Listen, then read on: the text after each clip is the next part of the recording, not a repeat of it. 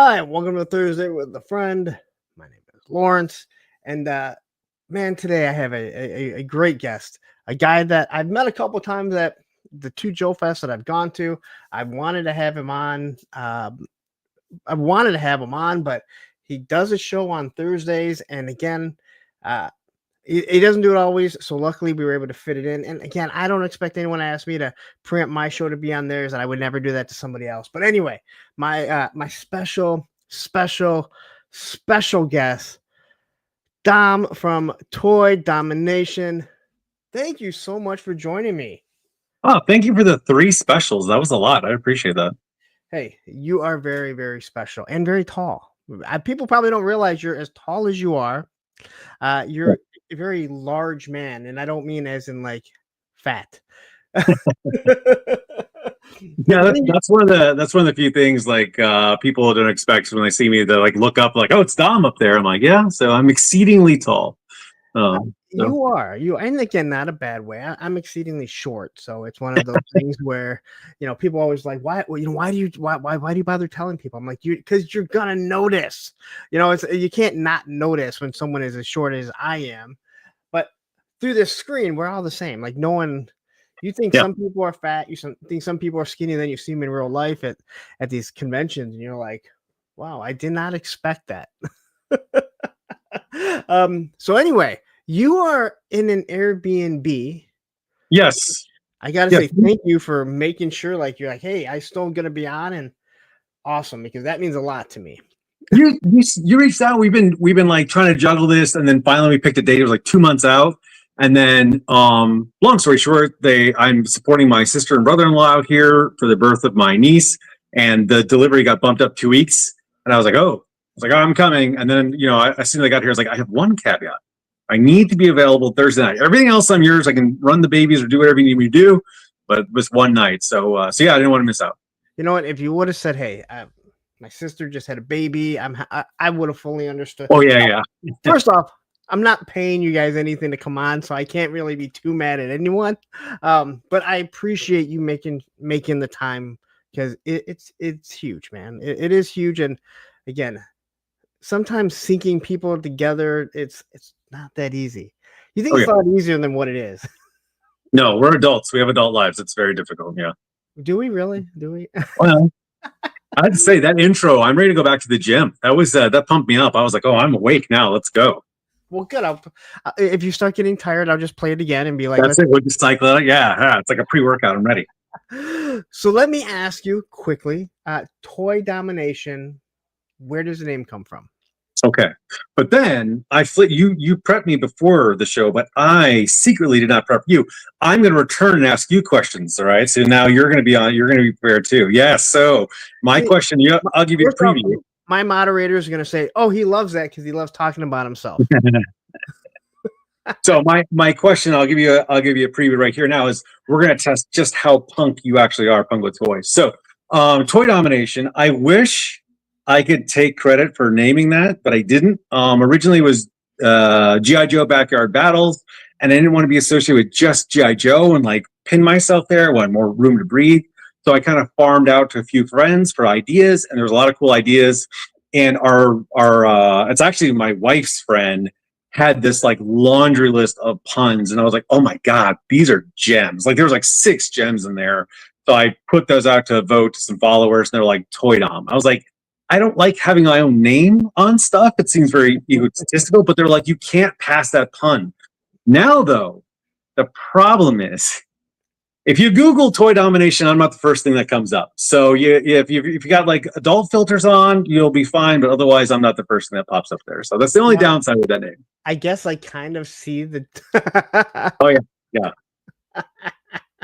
So Toy Domination, the first thing that you Google is not is not G.I. Joe. Is not action figures. And maybe I should just lean into it more, right? Just be Toy Domination and just like fill that double niche, right? Just go adult content, toys, and then I'll just saturate that CEO. That's that search algorithm. It'll be mine. So Toy Domination After Dark.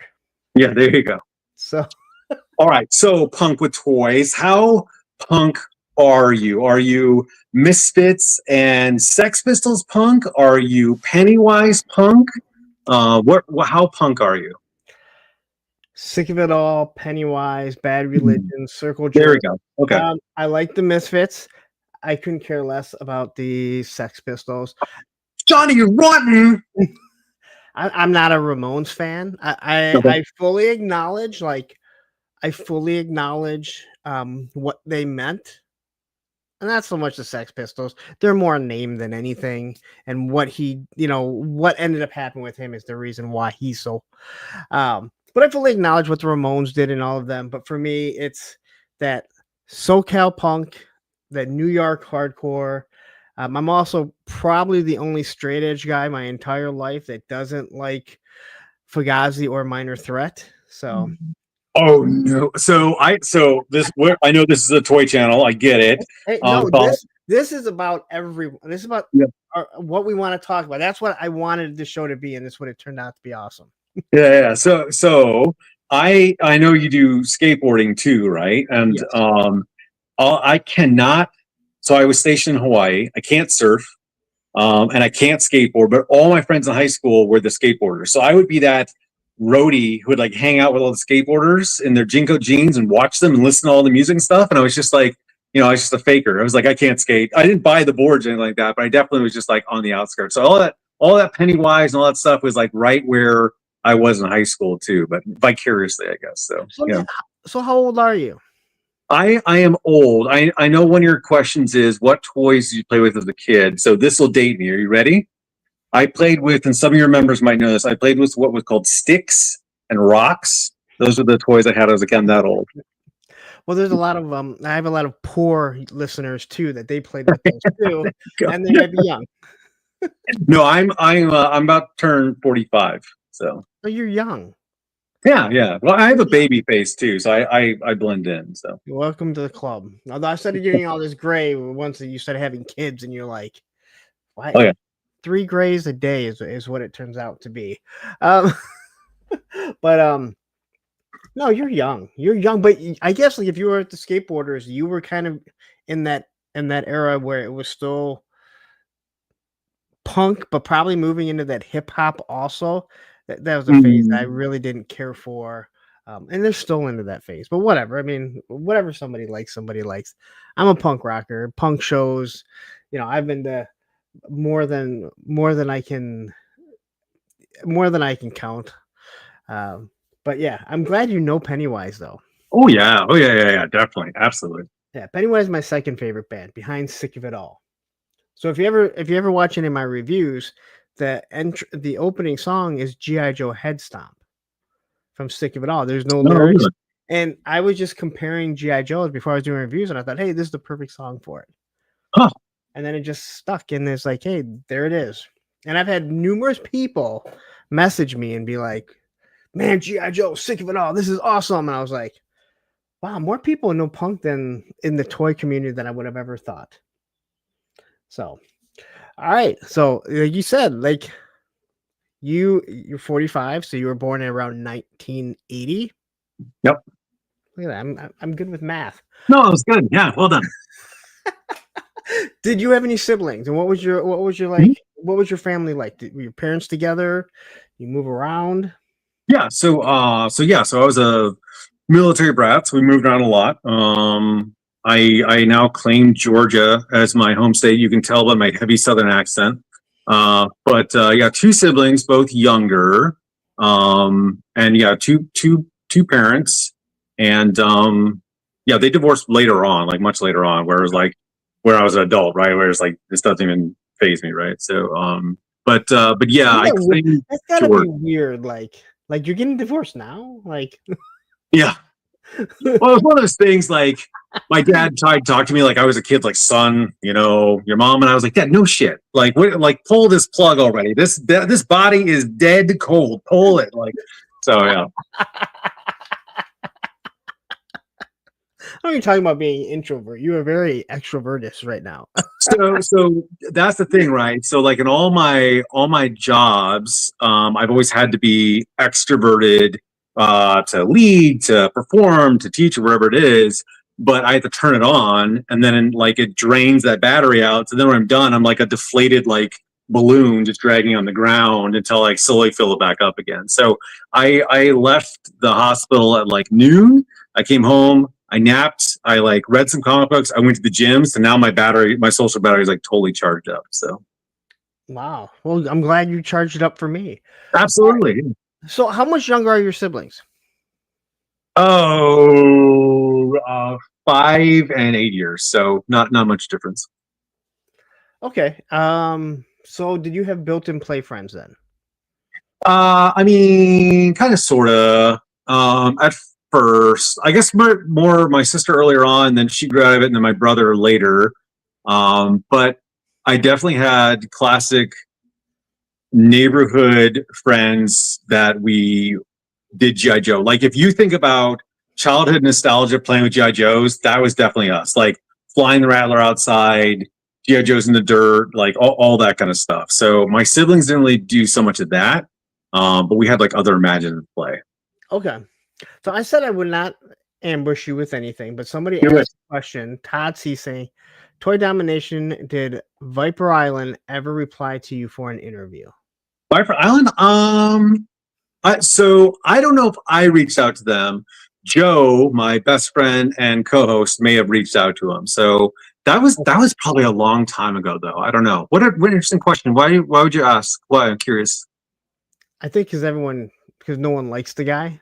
Oh yeah, well, and because he doesn't answer to anyone, that's my only guess. Yeah, after all the controversy that he's been involved in, I'm just assuming. So yeah. I don't know. It's funny, like so here's my let me get in my soapbox here really quickly, right? And this is not towards Viper Island. This is totally side to him. I will not talk trash about any. When you and I talked about this before too, right? Like it just, I feel like it's funny that we have like this challenge of masculinity for our generation and younger, right? Like, oh, what happened to real men, blah blah. But like you see these people, and again, I'm not talking about him individually. I'm talking about like several people in the community where they feel like they need to like talk shit, or they need to stand up, or they need to like throw stone, or they need to do whatever. I'm just like, if you felt more secure about yourself, if you were like actually Sigma or Alpha or whatever you want to claim, you really wouldn't let that person bother you, and you would just kind of move on, right? Like why even pay attention to a comment or anything like that? Anytime I get a negative comment on one of my videos, I always respond with "thanks for watching," because their negative comment, no matter how bad it was like, "Dom, you piece of shit." I'm like, "Thanks for watching. You helped my algorithm by engaging," right? So I'm like, "Thanks, I appreciate that boost," right? I think I don't know if it's other communities as well, but I feel like action figure communities are just like, man, you guys, like, it is other communities. I know it is other communities for sure. Yeah. I've said this before on streams and to my moderators. When people leave such an awful comment towards me, I have to laugh because it means I'm in your algorithm. Yeah. That means I pop up when you don't want to see me. So just knowing that my ugly mug is something you have to see, and YouTube will not get rid of it until you don't watch me, but as long as you're making a comment. Yeah. I hate people that send me stuff all the time. Hey, look what so-and-so said. And sometimes I'll go and watch what they said because sometimes it's interesting, sometimes. But then they get stuck in your algorithm. And you're like, dude, I need you off. Like, I need to get off. I just feel like and I've had several interactions with positive people, negative people, whatever, right? There's some people that I was like, oh, I think I'm gonna get along with this person. I was like, oh, that was not a good reaction, right? Or they said some things where I'm like, that's kind of toxic, right? Yeah, I don't really appreciate that, or whatever it is, right? You just move on. You don't have to say it. You're just like, unless they're doing something absolutely, you cannot pass this, right? You just kind of move on with it, and that's it, right? I don't understand the culture of like, I'm going to turn my fans against you, or I'm going to get my posse. I'm like, what is this? It's such an exhaustive waste of time. Let's actually talk about action figures, like much like what we're not doing now, hypocritically talking about action figures. But I don't know. I guess that's my one soapbox. Is like, if we're adults, then just move on and let's talk about things we enjoy rather than just festering in this like negativity, I guess. No, and again, I get it because I'm one of those people. I will speak my mind. And I toss as I expect people to toss shots at me. I don't want people to lie about me, and I've been very adamant about that. Don't make up I have been lies about smearing you. I've had a smearing campaign against you for like months now. me. Yeah, but Please. everything that I've heard was true. um, so I guess we'll get back to our childhood. So as a kid, what was the first toys that you remember playing with? Not like the first toys you fell in love with, but the first Yeah, toys you remember playing with. that's funny. So I watched one of your streams and I watched a couple of your shows. You asked that, and you asked a young guy that, and his answer was like some Hot Wheels animated. I was like, what? I had to go Google it. And I was like, oh, I kind of vaguely remember this when I was in college. So That was for Kyle me, last week, and yeah, I yeah, was okay, not yeah. expecting a Hot Wheels like that was interesting. So for me, my earliest ones, let's see, it was actually Torpedo, and I didn't know what GI Joe was, right? Because I was pretty young. It was like a garage sale thing. I got Torpedo, and then I got this weird cardboard spaceship set. So I thought he was an astronaut because he's kind of like in this sci-fi black and gray suit. So I was like, oh, this is cool. And then I got this knockoff, like dollar store Captain America. Like the stripes were all weird, and he had like Hawkeye's head. It was totally bizarre, but that was my Captain America. And then it wasn't Muscleman. It was some other like Dollar Tree. They came in a little plastic tower, and they were like Musclemen, but they were like fantasies, and like they're fantasy themed, so it was like goblins or whatever. That was my like core figures that I had earliest on. Okay. And then I actually started my mom and then one of my uncles got me into He-Man, and that became like my first actual like collection where I was chasing, as a 5-year-old or chasing figures. But yeah, that weird hodgepodge of like, a lunch pails worth of figures is definitely what I remember as my first action figures. So He-Man, not GI Joe. And I do find that interesting because you are. I don't want to say you're a GI Joe channel, but I think most people think of you, and people think of me the same way. So I don't. I mean, definitely don't take that the wrong way. No, not at all. Because like you, I didn't want to be, even though I was like just comparing the GI Joes, I didn't want to be, especially when I started like growing the channel. I'm like, I don't want to be a GI Joe channel. Yeah, And you get Punk with stuck. Right? Toys is a perfect. It's a play on words because I am a punk. I am a punk with toys. So, it's all those little things. Were you able to connect to your computer? Yeah, you have another guest there. You wanna let the guest in? All right, hold on.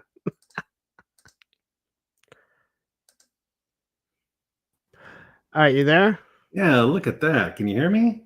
Yes, I can. You Oh my seem a God, little bit quieter now, so I think I right. think might be better for some people. Good. Was I projecting too much? Was I too manly? You were just manly enough. I saw those arms. It's hard not to be manly. I've got what's it called? A pencil dick forearm, so it's okay. Let's see. I had a question for you though. So speaking of like, hey, this is what I'm supposed to collect, this is what I'm supposed to do. You like to skateboard, and I noticed you also put some of your skateboard stuff in your IG. Do you secretly wish you could do more skateboarding stuff on your channel? Do I wish I could do more skateboarding stuff on my channel, or do I wish I could do more skateboarding? No, I would say on your channel, right? Because it's obviously another hobby that you have. Is that something where you're just like, oh man, I wish I could like squeeze this in a little bit more, or are you like, no, it's totally separate, it's fine? No, it's totally separate. I've studied YouTube way too much, and Yeah. read about it and watched like YouTubers talk about it, and know that it kills your algorithm because I'm in the toy realm. Oh, but that no. That's your tinkering sense. What does your gut want to do? Would you actually like want to be more persona and have that on there too? Be like, hey, this is also me. Like, screw the algorithm in the box, right? I like being able to just drop some stuff. A video here, a video there. I don't need too much. I don't like to really record myself too much to begin with because I'm talking about skateboard. I come from that generation where we didn't have phones and recorders for everything. So I feel weird ever asking somebody to record me. Yeah. Because I feel like I'm asking you to waste your time. And again, at 49 years old, I'm not that good. I do the same tricks over and over. So it's like I don't want to ask some young ripper to be like, hey, do you mind filming me? Oh, and it may take me 20 minutes to get something that should take like 30 seconds. No, I feel I like this. I like to sprinkle in just as much as I do. All right. Because what I find interesting with some people is that, like, so I actually don't watch a lot of toy content at all, like on YouTube. I used to, but I kind of got oversaturated with it. And now I watch other stuff, mostly porn. But I kind of like spread that out. But it's interesting to see personalities. I can't watch that at work though. Just a little bit. You can watch just a little bit at work, just a little bit, right? Yeah. You can listen to it. Yeah, that's it. It's just as good listening to it. So it's interesting to see that people have a little more behind them than just the action figures, right? And obviously, like you said too, like I don't go to whoever's channel to hear about their coding skills. I'm like, bro, I don't care. But it is interesting to hear that people have, hey, I do other stuff. Like I play guitar really badly, for example. And that's one of the hobbies I wish I could do more of. But when it comes to editing a video or hang out with my sons or whatever, that's the one that always takes the back burner. But yeah, interesting. And that's like for this whole show, what I wanted was like we all like. I hope we're not all doing only toys, and watching people and I would watch these. I see these names in like Geek Dad Life, like on Geek Dad Life or Toy Anxiety, and I always be like, hey, what's their story? I can't be the only one wondering what their story is. And then as the channel grew, when I started my own, it was to let's pull some of these people on here and get to know them. And not only talk toys. We'll get back to toys at some point, but I wanted to find out more. And like the fact that you play guitar and stuff like that, I find that interesting because I used to watch all this toy stuff. And then I got to the point where I'm like, I can't watch the same fucking review of the same figure that I just reviewed by 10 different people. I mean, I could, but once you start watching other things like Unsolved Mysteries, Cold Cases, right? I somehow got into like the 20th century gangsters, right? And next thing you know, YouTube's like, you like gangsters, you like Al Capone, and you're like, oh yeah. So for a week, I'm like, I know everything about the 20s and prohibition. So yeah, I think I kind of like you with that.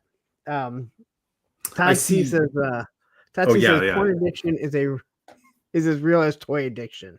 Yes, but one is well, I guess they're both dopamine. Actually, you're ripping open the plastic and doing your business. But one is more costly for sure, right? The other one I can find as much free as I need to. I'm not finding too many free toys out there though, so there is that one balance. Well, it depends because if it's porn addiction, but if porn addiction leads to sex addiction, and sex leads to children, that leads to 18 years of not Who's having got Who's got the time? Who has the time to go chase that?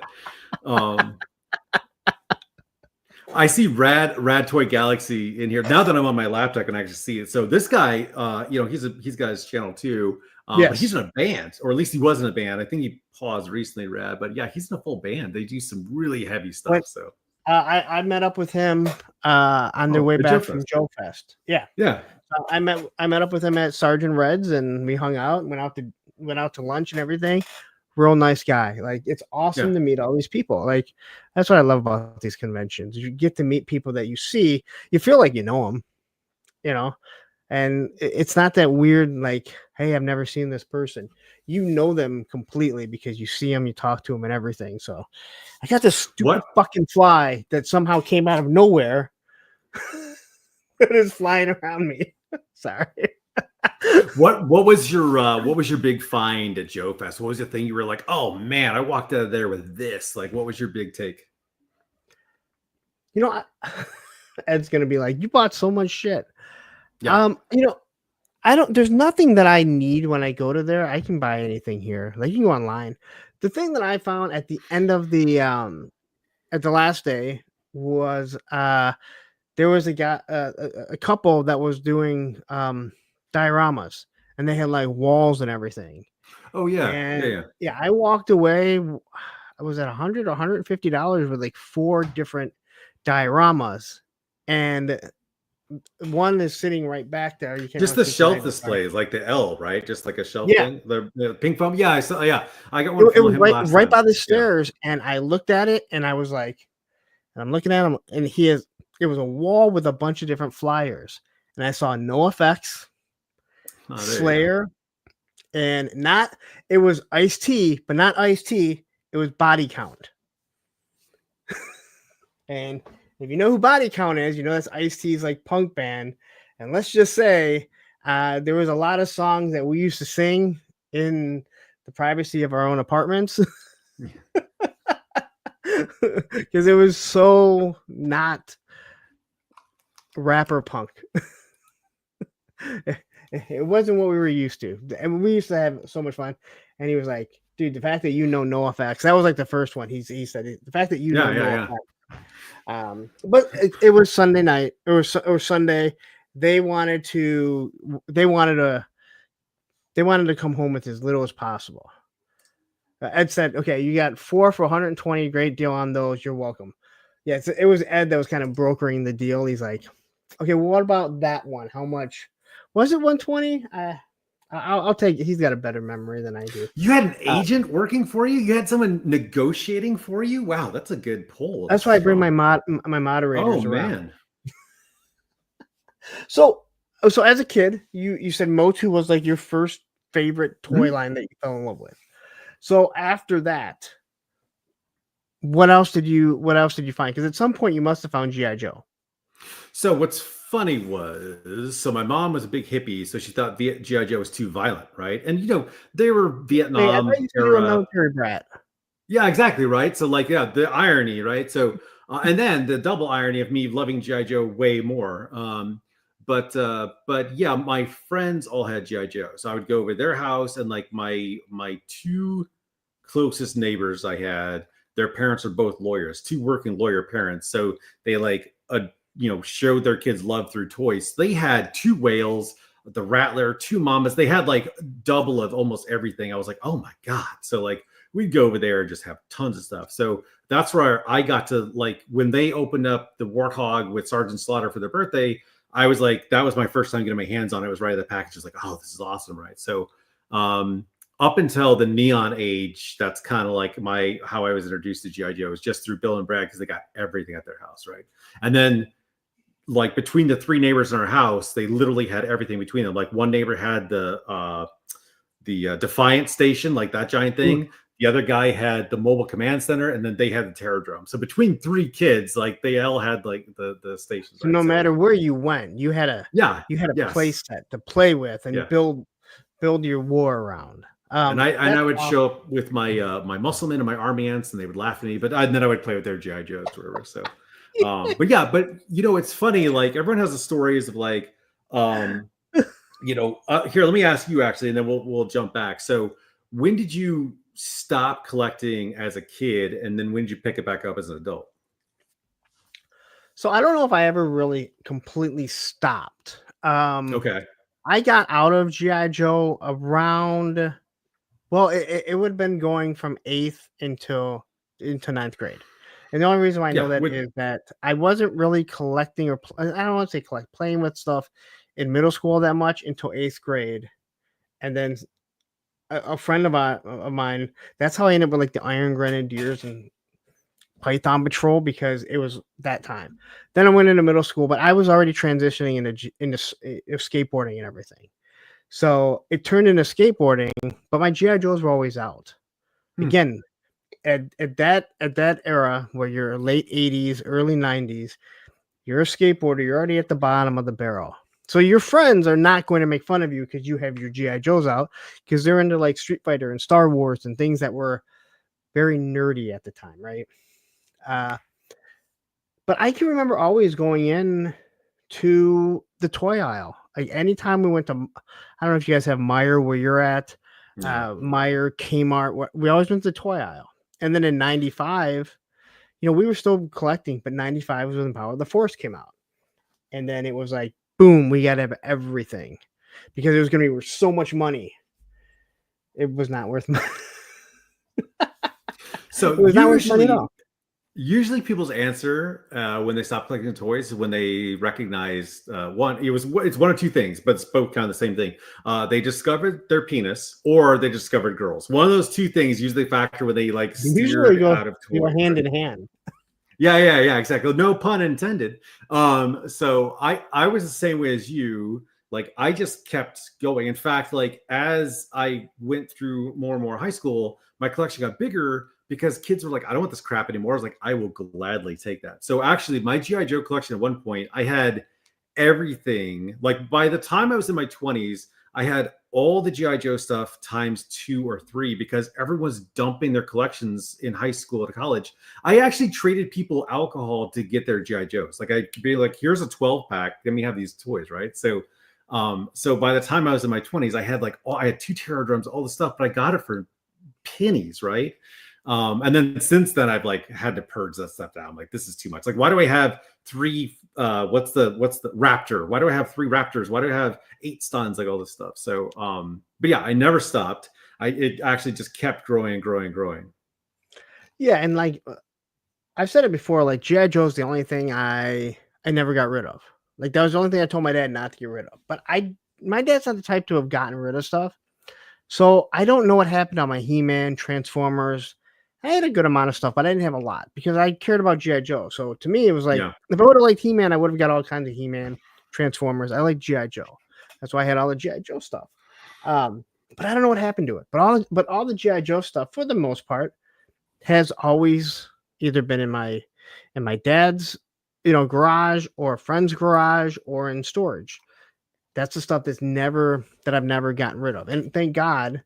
Although I think I probably would have gotten out of 118th if so much of the big stuff wasn't mine as my child. Like you can't get rid of your flag if it's your childhood one. Like I couldn't get rid of it. I can't get rid of my Terradrome. In my headquarters. I mean, those are my childhood. No, yeah. So I can't get rid of that stuff. It means something.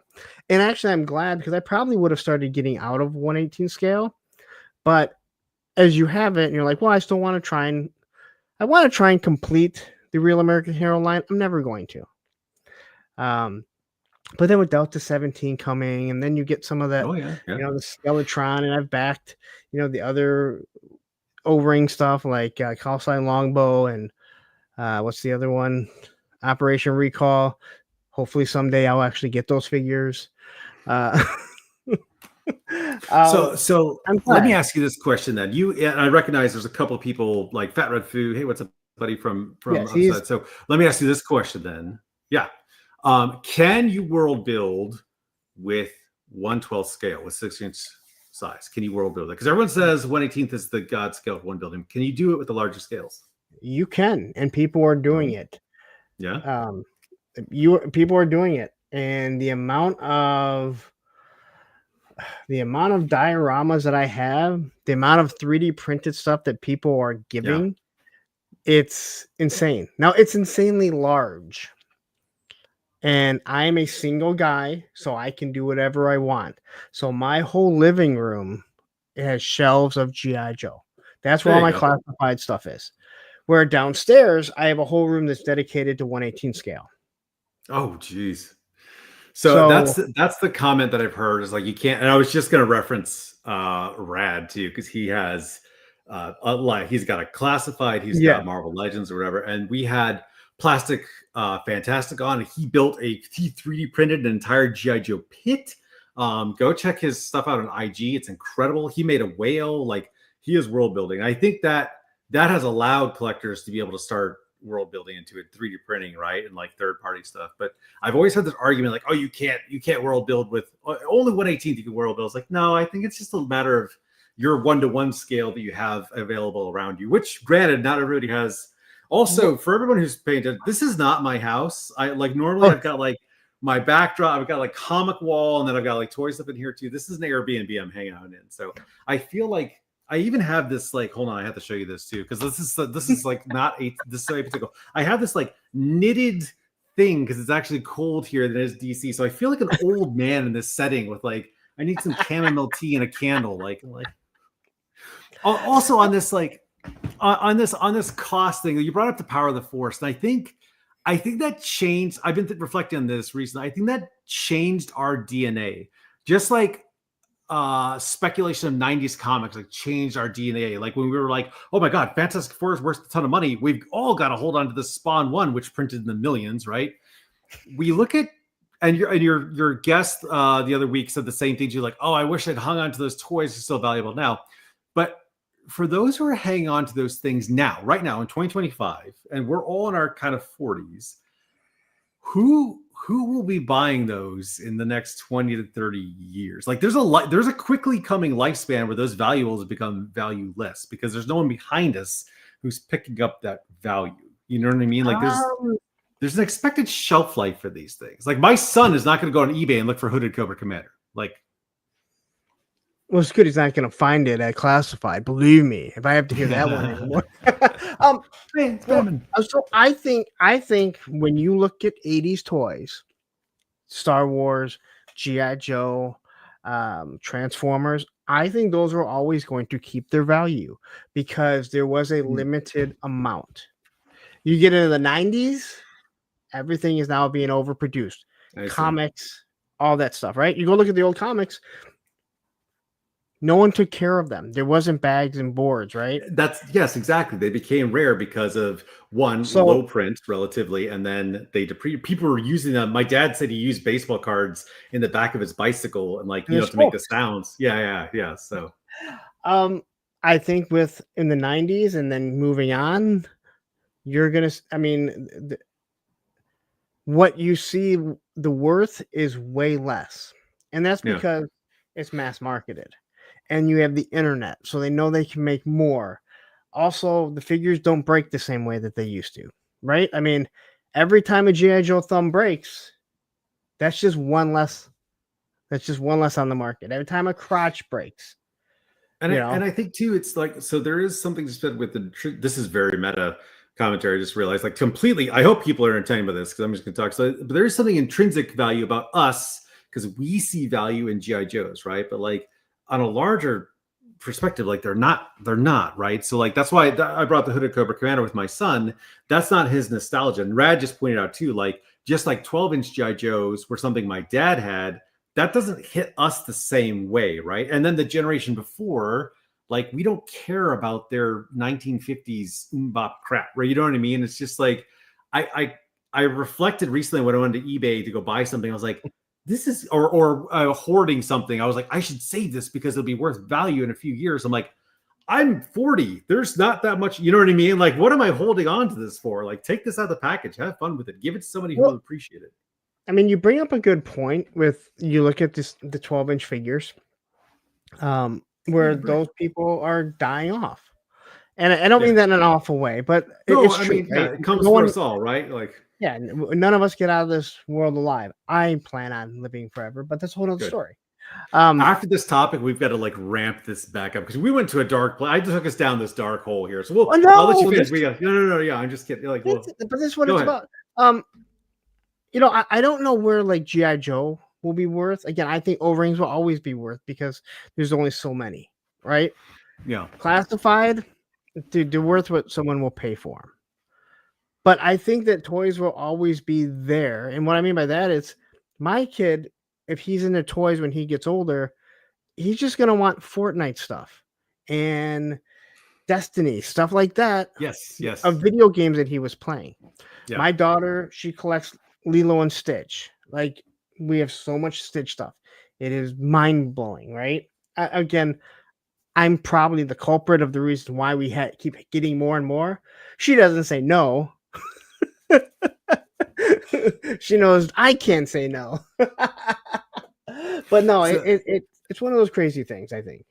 Yeah, that's one thing that I had talked to I think it was Ken at Toy Connections, or maybe it was Eric at No You Grew Up, but like I've been talking about like a new nostalgia, right? Like my sons and I play with my toys. Like there's nothing in my collection. They're 8 and 10, and even when they were 5 and 7 or 4 and 6, they could take anything off the shelves and play with it, right? Anything.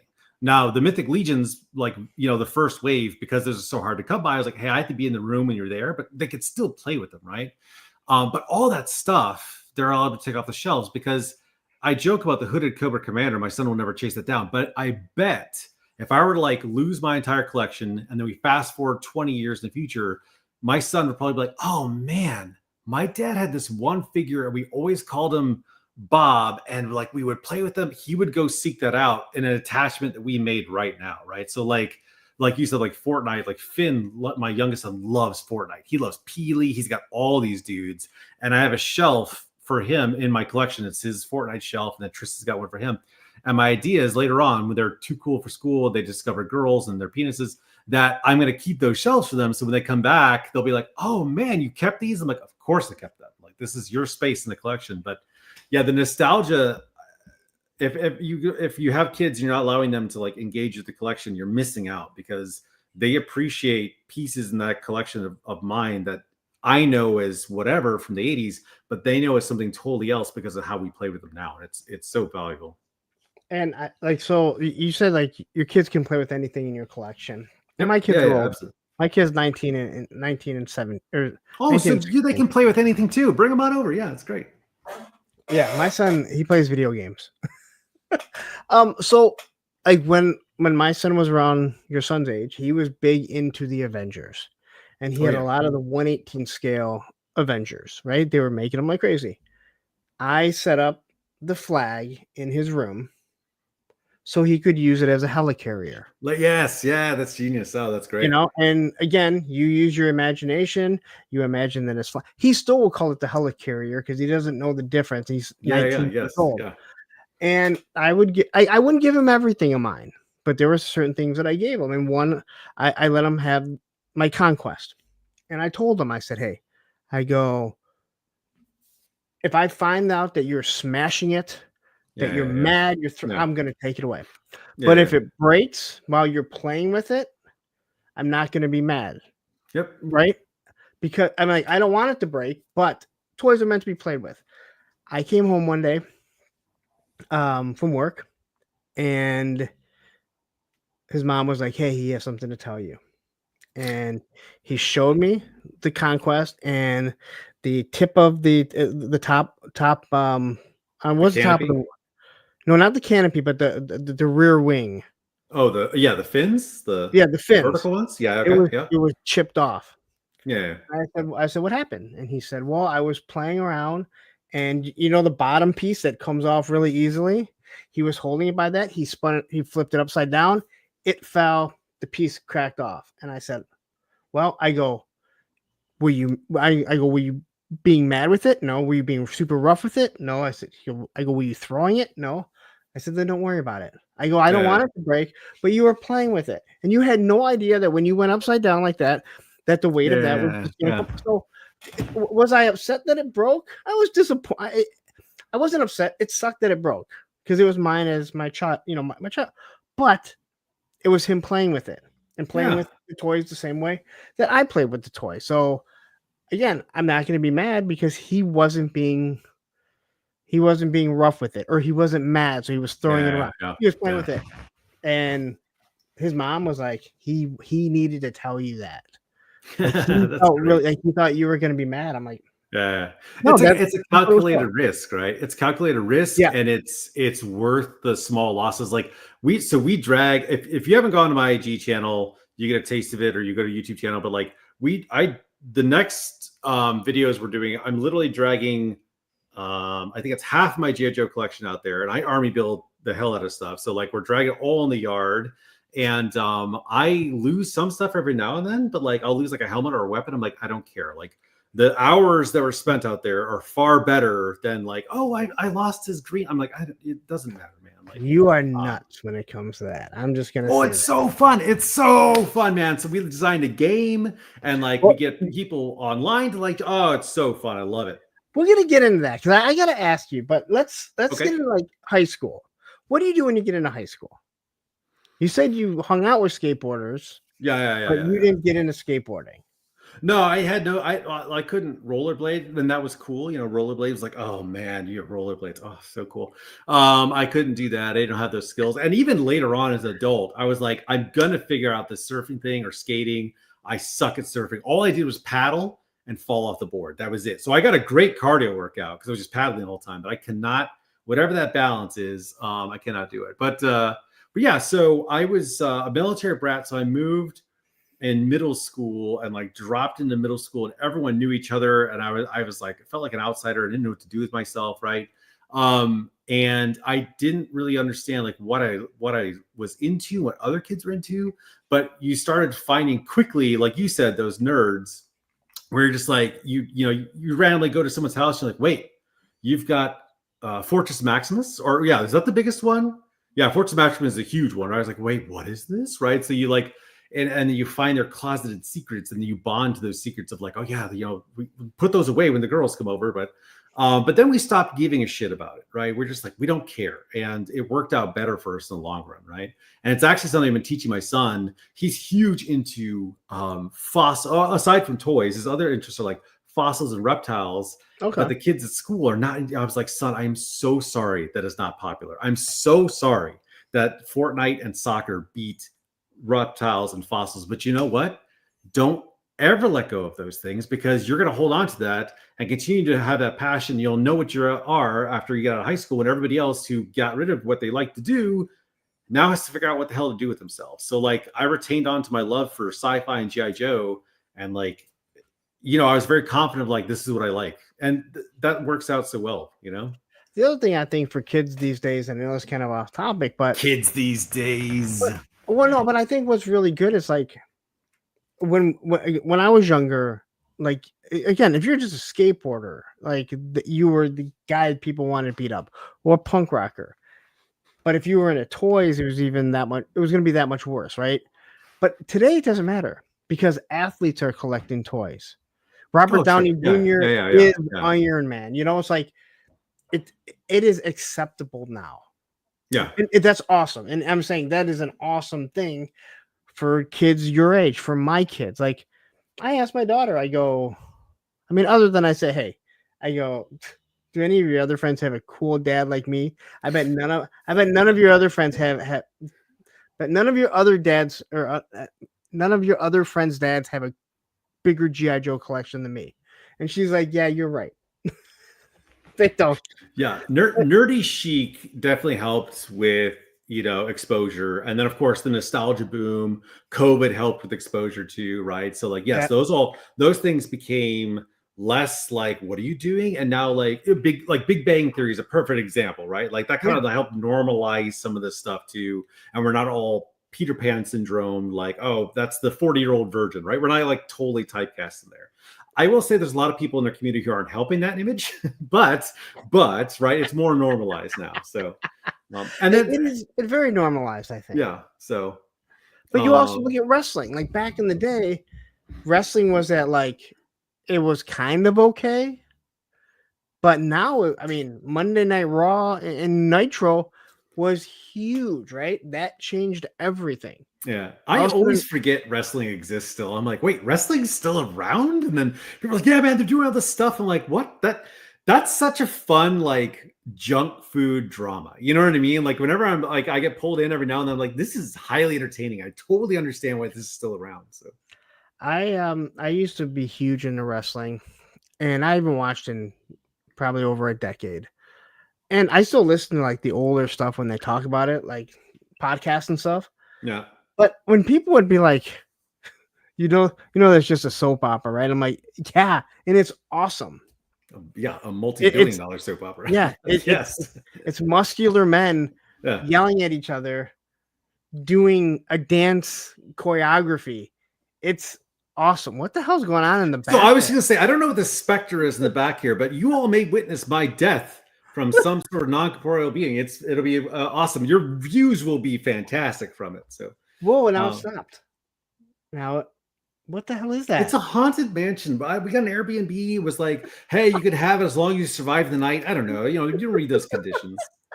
I love Cobra 8877's comment here too. Like if they knew I was still playing with toys in high school, I get my ass kicked in the pit. So not only did I get my ass kicked for being a nerd, I also just got my ass kicked on the regular too, right? So it was like, why hide this? I'm gonna get beat up either way. I might as well be myself. So that's how I felt about skateboarding. I was, in '94, I was the only skateboarder in my high school of 2,700 kids. Oh my God. And then the X Games started, right? That's when it started again, to where I talk to kids now, or the kids that I met 10 years ago when I started skating, started skating again, that are in their like late teens, early 20s when I first met them. They didn't understand it. They couldn't grasp, like, what do you mean? Like, everyone loves skateboarding. I'm like, yeah, if you only knew. That's so funny, because I had many days where my friends would sit around and get high, and then we'd watch the skateboard fail videos, right, to like punk music, where it's just dudes getting crotch shotted all the time. Like that was like a Wednesday on high school. Like, so that's funny that you were the solo kid there. Yeah, no, but again, like right after it, that's when it started picking up again. Yeah. Huh. And again, I'm glad it did. I'm not one of those people. I don't like living in the past, being like, oh, well, I had to do. No, I don't care. Like, if I struggle, doesn't mean everyone else should have to struggle, right? Like, I'm glad there's a skate park like in every single city. Oh yeah, absolutely. Yeah. And it's great for me because, yeah, I think you should be doing it out in the streets, especially if you're doing videos and stuff. But as a guy in his late 40s, I don't want to be the guy that the cop says, hey, come here. And they go, dude, you're almost young 50. Man. You realize you just vandalized this curb to ride that thing, I just go to skate park. CKY2K. Oh yes. Man, I haven't heard that. Yeah. Yes. Can't kill yourself. Oh man, that was Bam Mangerino's brother's band, I think, right? The guy from Jackass or whatever. Yeah. Oh, they had some. Was it Bam or was his brother? I don't think it was his brother. Okay, I don't know. Yeah, man, they're one of my all-time favorite songs from there. It's Plastic World or Plastic Nation, like that. So catchy. But I believe it started as a skate video or like a skate group of theirs. Huh. And they just kind of evolved because there's a lot of guys that came out of the Philadelphia area. I think they was out of Philadelphia. Oh, it's Bam's brother. Okay, I remembered some trivia. Man, I've got something. It's all there. Like that. God. That's the knowledge I'm going to die with, is that Bam's brother forms Can't Kill Yourself. Like, that's what I'm retaining. I don't know. Yeah. So there's somewhere in their physics or like the math they learned in high school is replaced that like, so there's this really good show, by the way. So my kids have made me younger, right? They have exposed me to more content. And like, I've been able to see so many amazing shows because of them. And one of them is Big City Greens. It's about these hillbillies, animated these hillbillies who go to the city, right? But this kid, Cricket, in it is this goofy redneck who's like kind of ADHD, and he just reacts to stuff. But one of the episodes is he fails at this trivia game over and over. He can't answer any of the questions, but somewhere he's got this little neuron that opens the door and it goes, dogs can't spit. And that's like the one fact he can remember, is that dogs can't spit. So at the end, like he like says it on the trivia and he wins trivia night. But that's me. I'm going to have that thing in my head where I'm like, dogs can't spit. It's like, what the hell was my dad's dying words? Like, yeah. So, I mean, they can drool. I know that. Yeah. They can't spit though. Yeah. It's a fact. Right. So I've never thought about that. Yeah. So yeah, kids maybe. Now I'm really looking at Roman all the time, like. Yeah, it's great. Yeah, kids may make you old, but they also make you really young, especially if you're like us and you're already into like imagination. You have to, in some degree, be into imagination if you like action figures, right? Because all of us could take a piece of plastic and we start like pulling something from it or imagining or pulling from our past, or whatever. So, but kids will definitely make you younger. And like, I love having my sons because they look at toys and they start adding or making observations. I'm like, oh no shit, I never would have thought, like, oh that's right, he could be this thing. Like, it's so great having them like part of that. Hey, 23 months, good job. So I would say kids age you right away. Yeah. Then they make you younger. Yeah. And then they definitely age you. They age you again. Like when they're young, like they age you because they don't sleep. Oh yeah. Oh my God. You don't sleep, right? Now my kids, luckily, but like I always tell people I don't understand why people who are older have kids. I'm like, stop. You're Oh in yeah, your yeah, you're in yeah. your late 40s. What the Oh hell are my you god. thinking? Yeah, yeah. Kids don't care. Like you come home and your knees hurt, they don't care. They want to jump on you.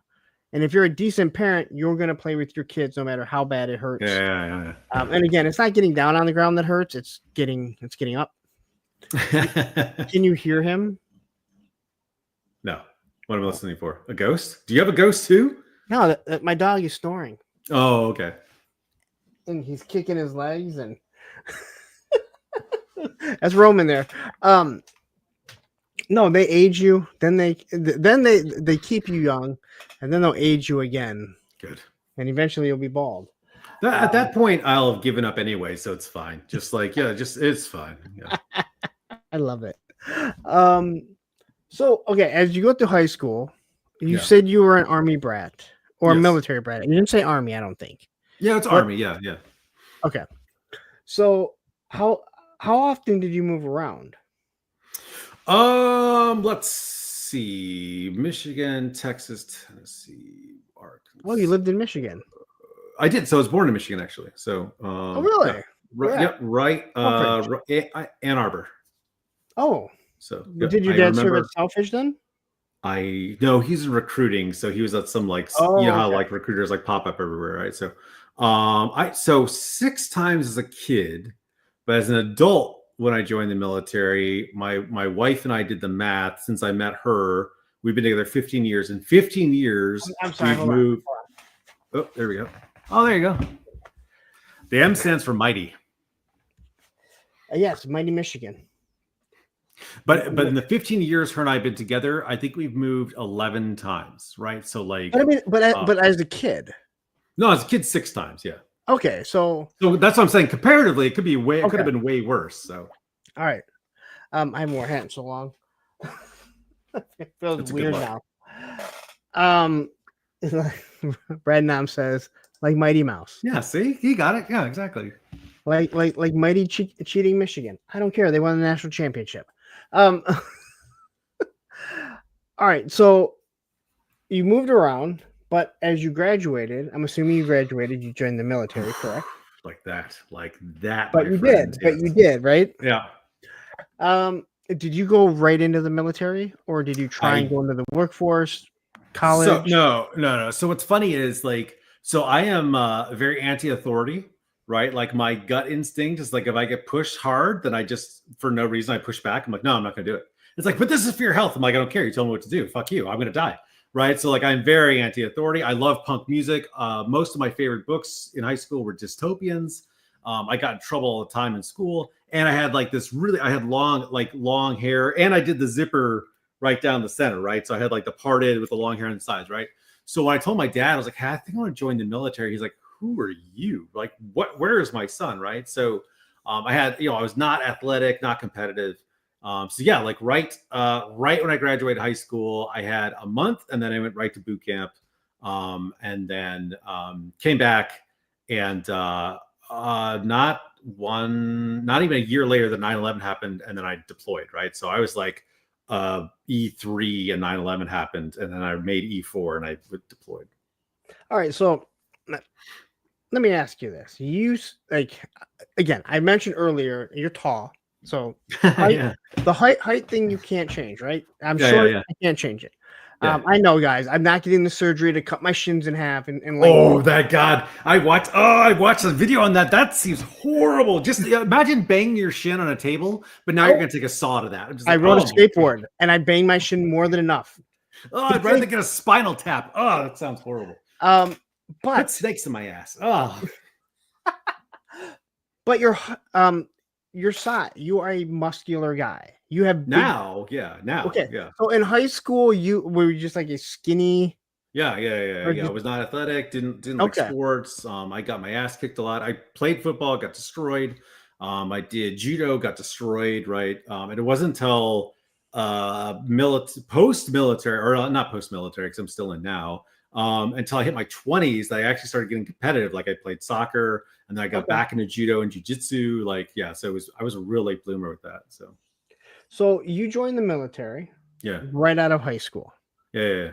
Is it safe to say that you have served since then, or have Yeah, you? in some capacity or another. Yeah, it's really weird. Like, so Okay. since '99, like I've been in uniform. And so what's funny is, so I had an NCO, and I showed up to the unit, and he's like, "You're pretty big guy. You're pretty tall." I was like, "Yes, Sergeant." He's like, "Good. So you can carry a pretty big gun." And I instantly became machine gunner. Like from then on, it was like, "Oh, Dom, you can get the machine gun." So go to Afghanistan, like Dom, he'll get the machine gun. So I was always a machine gunner for like my enlisted time, regardless wherever I went and whatever I was supposed to be doing. They put me on a gun because I was just bigger. So yeah.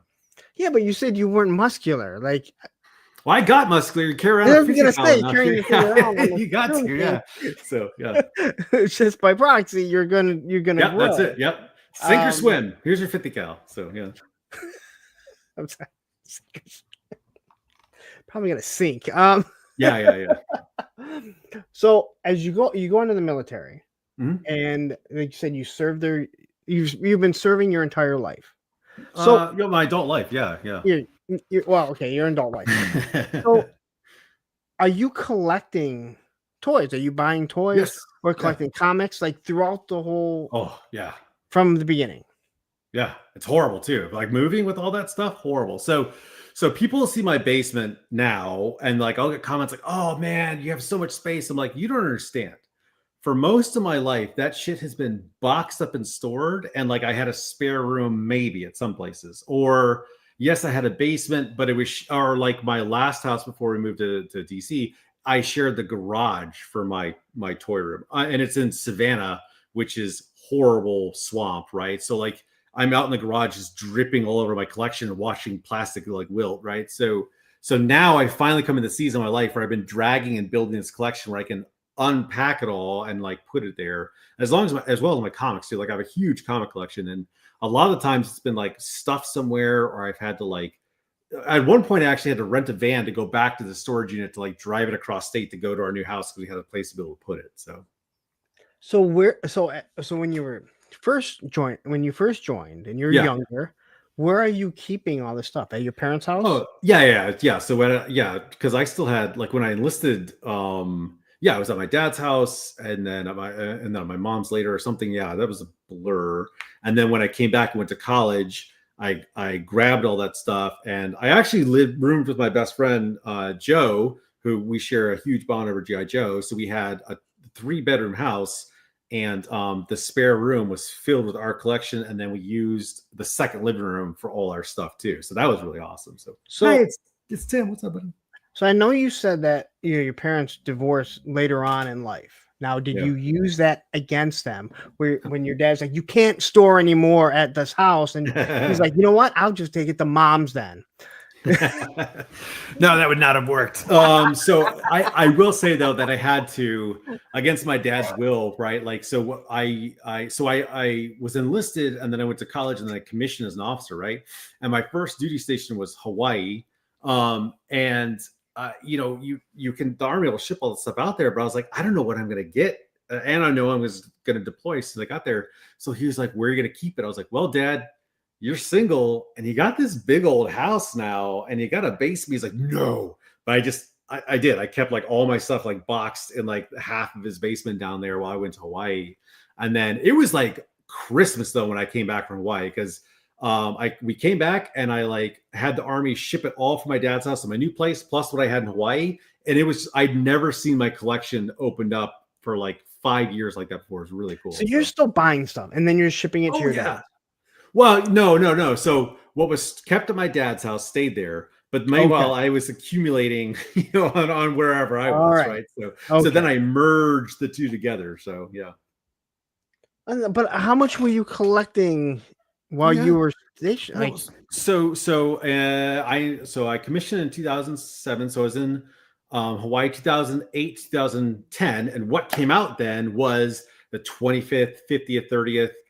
Rise of Cobra, the GI Joe movies, all those waves came out when I was lieutenant. And then when I was a captain, I got divorced. So I had single captain money in Hawaii. And man, my comic book shop loved me. Oh my God. Because I would walk in, and I had a dog and a 1-bedroom apartment, and I'm single in Hawaii. So I'd walk in and he would like roll out the red carpet. It's like, "Dom, here's your box today," and be like a stack of comics. And, "Oh, here are these GI Joes." I'm like, "Yes, I am king here." Because man, I didn't have any cares, right? That obviously that was a very short-lived period of my life where I could, just splurge like that. But yeah, so I would collect all this stuff, and then that collection came back and merged with my O-rings on my classics, and then I started the Motu classic subs, right? So like at some point, I had all the new modern figures and all the O-rings, all the old He-Man, and then the Motu classics. Like, okay, I can't do both of these things. So I just started, paring down from there. That was collection 1.0, I guess. All right, so quickly, Starboy Station. Oh, Thank you. I know you're new. I've never seen you here, so he's great. You. Yeah. All right. Well, I hope he subscribes then. He says, "What does your dad think of your toys?" This is so funny. This is the interesting conversation. I'm glad we're having these conversations, right? So like, so there we are, Joe and I, 15, 16, because he could drive. And he brings over his piddly collection of G.I. Joes because his stepmom, evil stepmom, threw out his collection. Wait, did you say his piddly collection? Piddly. It was micro.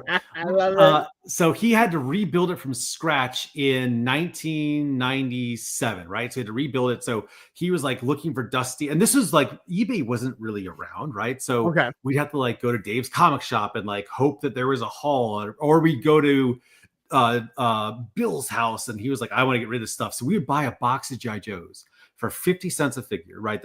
And then all the vehicles, and we'd come back and we'd dump it out, and we would just go, okay, you pick, now I pick, now you pick, now I pick. And that's how Joe and I built our collections. We're buying a box of G.I. Joes, like his tanks, all this stuff, silver base. And then we would just share. We'd be like, okay, you, now me, now you. You know what? I already have one of these. You take that. So we built our collections from that in high school.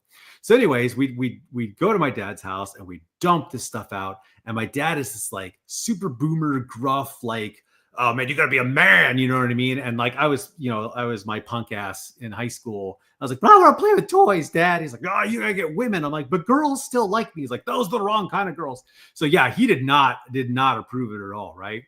Until later, when I actually started, again, like I started lifting, I started being competitive, I started doing stuff. He's like, well, you're going to give up these toy things? I'm like, no, in fact, it's gotten even bigger. And like somewhere in his brain, it kind of clicked like, okay, but then here's the best part. Hold on.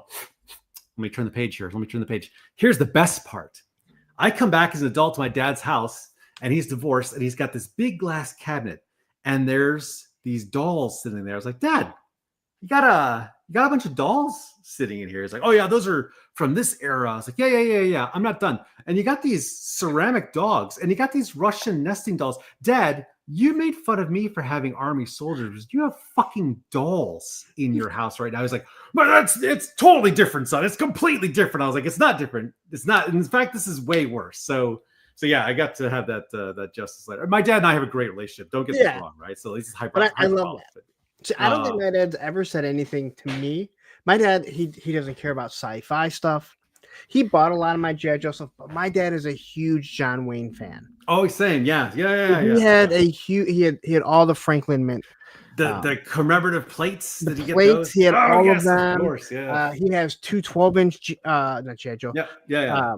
John Wayne from Franklin Mint, which look awful, but they're on top of my refrigerator because I'd like to have something from, that's your memorial. Yeah, there you go. Yeah. And it's like, I told him, I said, hey, Dad, can I display these? Because you're not displaying the stuff.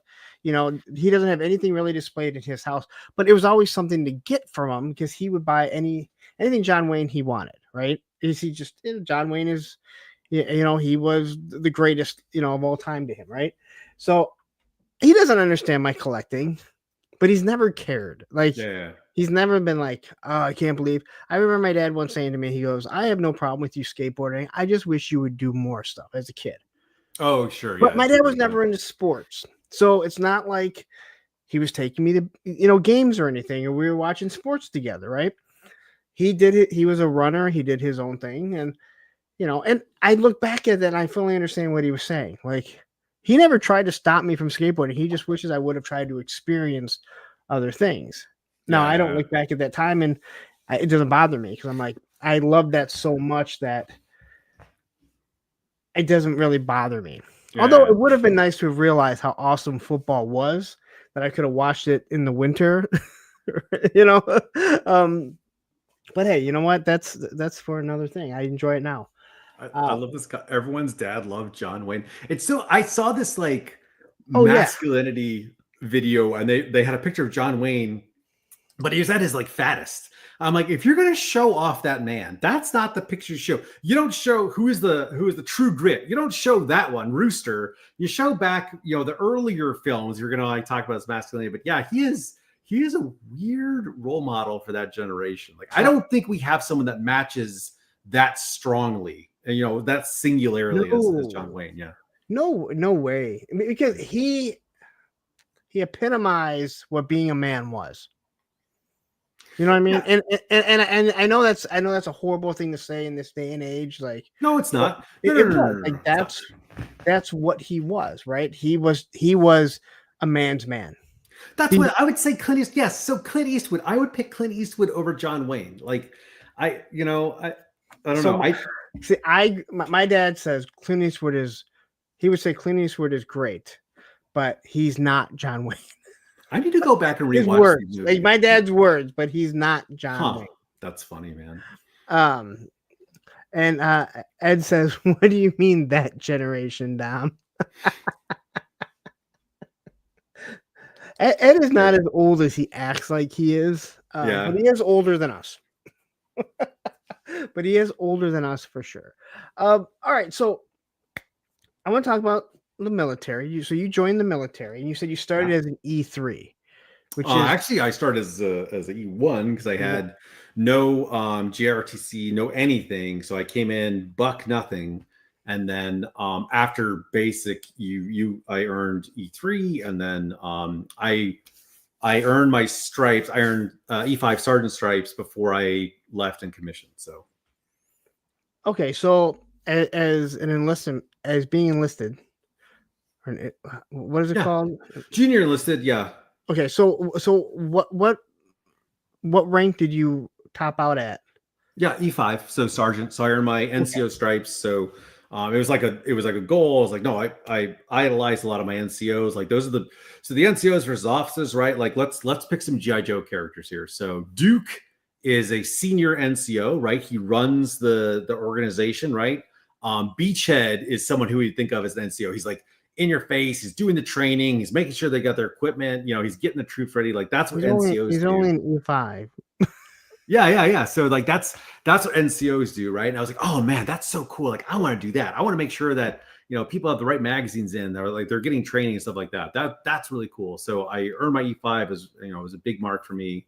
But then I was like, I don't think I want to do this anymore. I need to go to college. I need to do something else. But then I went to college. I was like, I think I want to go back to the Army thing. So, I ended up going back in the Army. So, all right. So you left for a little bit to go to college. 1 semester. So I was, like 1 semester I had a pause, and then I immediately went into ROTC. And then that technically counts because you have to sign a contract, and on my years in service that counted.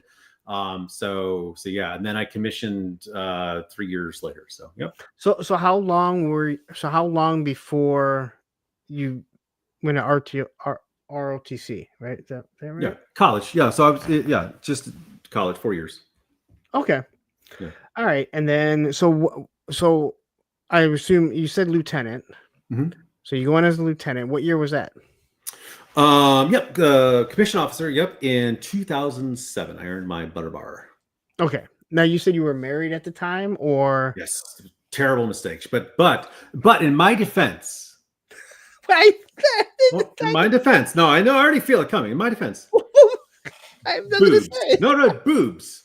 I rest my case. So okay. No, yeah. So I got married. It should not have happened. It was one of those things from an outsider. It's like, Dom, this is not going to have the result you think. And then I deployed, and I was like, classic Joe story, right? Classic Joe story is like, I deployed and I get a Dear John, like we should talk.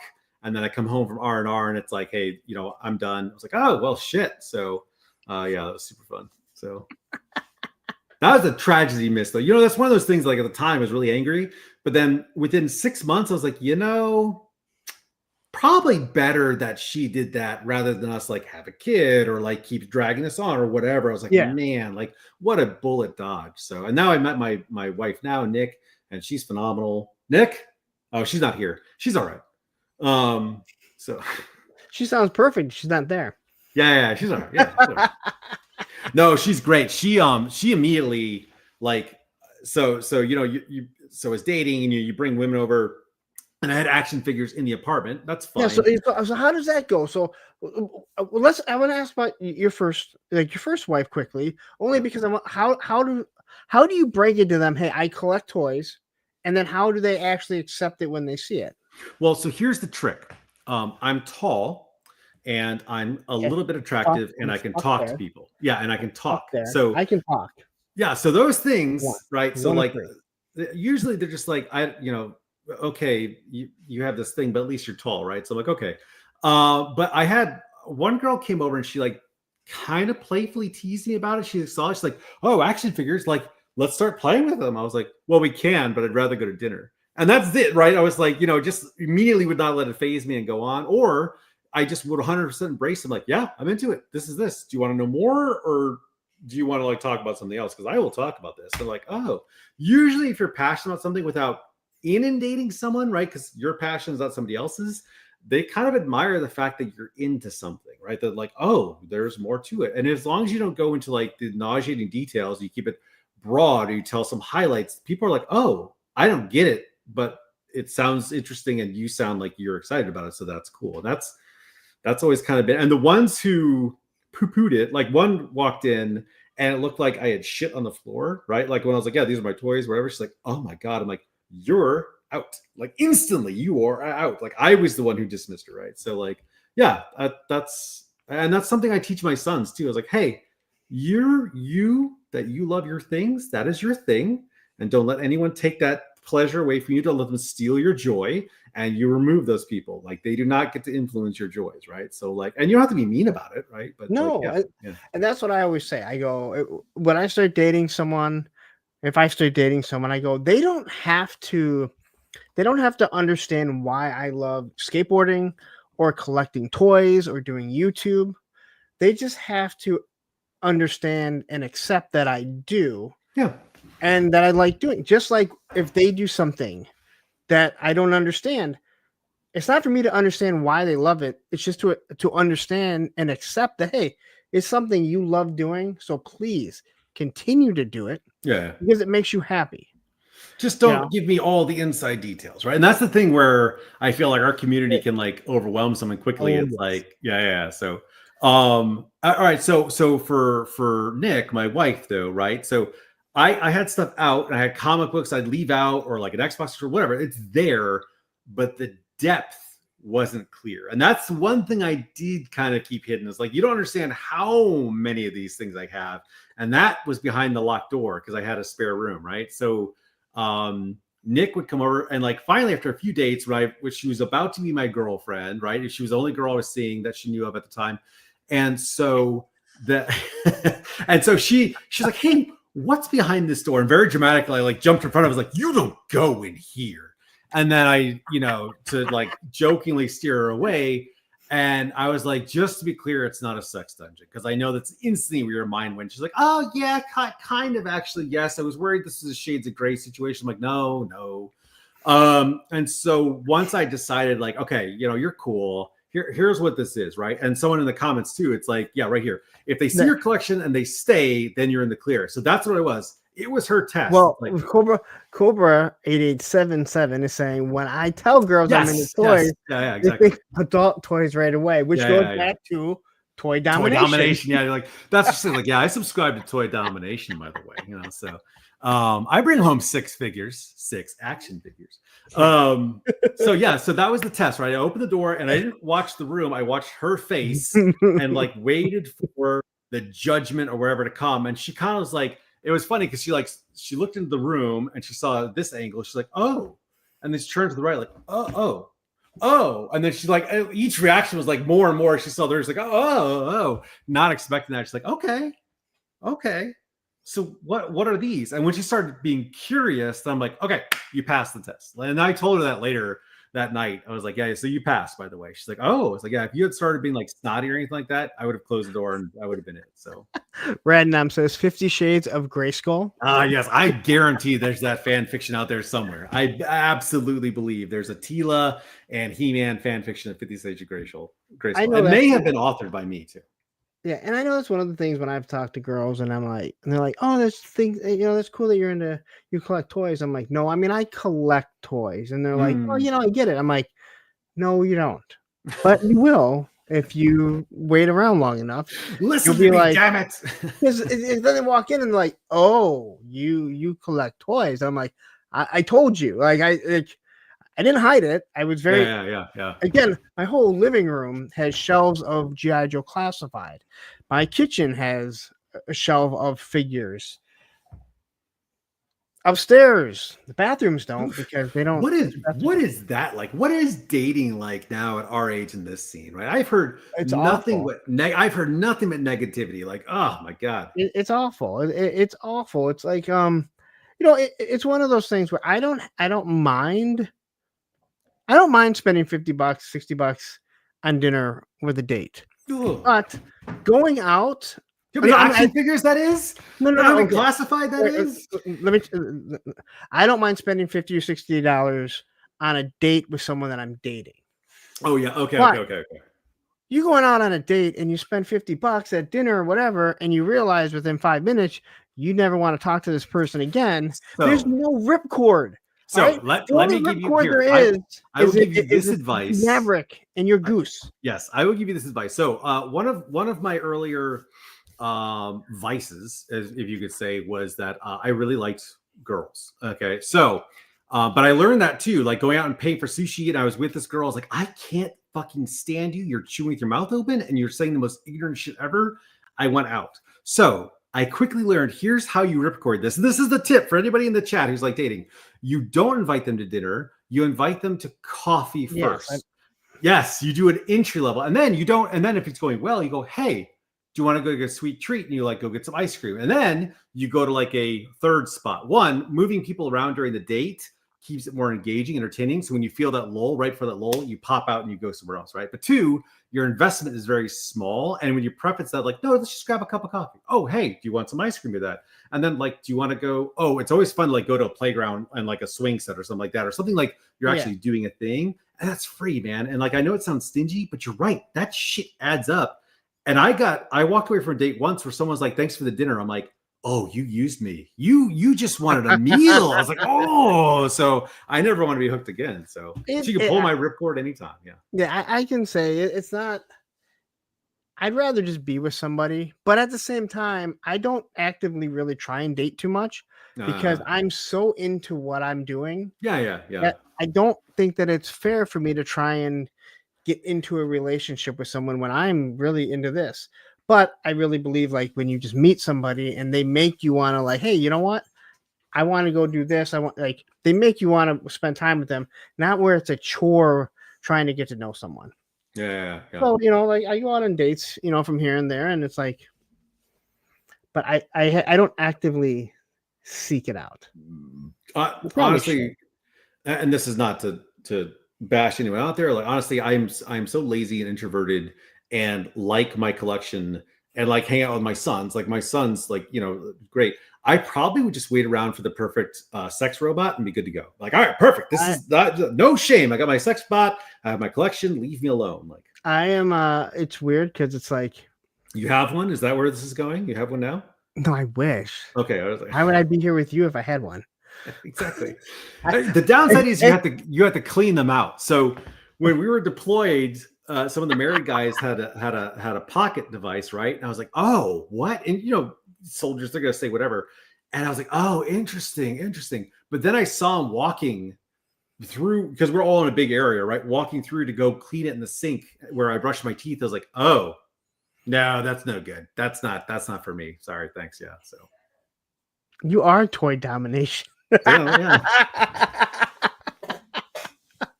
All right. So you meet your wife. When do you start dating? When you guys meet?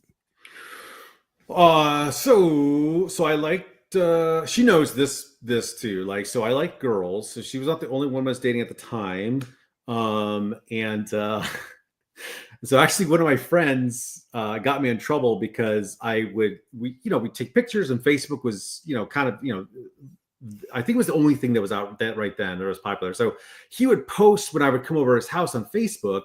And then later I brought Nick over, and she went back and looked at his posts, and she's like, holy shit, how many women you brought over to Nick's house? I'm like, and she's like, wait, that was last weekend. Wait, that was the weekend before. I was like, So really, I was like, Nick, you son of a bitch, stop posting on Facebook. He's like, Dom, stop bringing women over to my house. So, so around a few months, maybe like 5 months, 6 months, something like that, she finally was like, listen, it's me or it. And I was like, all right, you're really cool. So, okay. And then I had the PCS soon. So I was like, oh shit.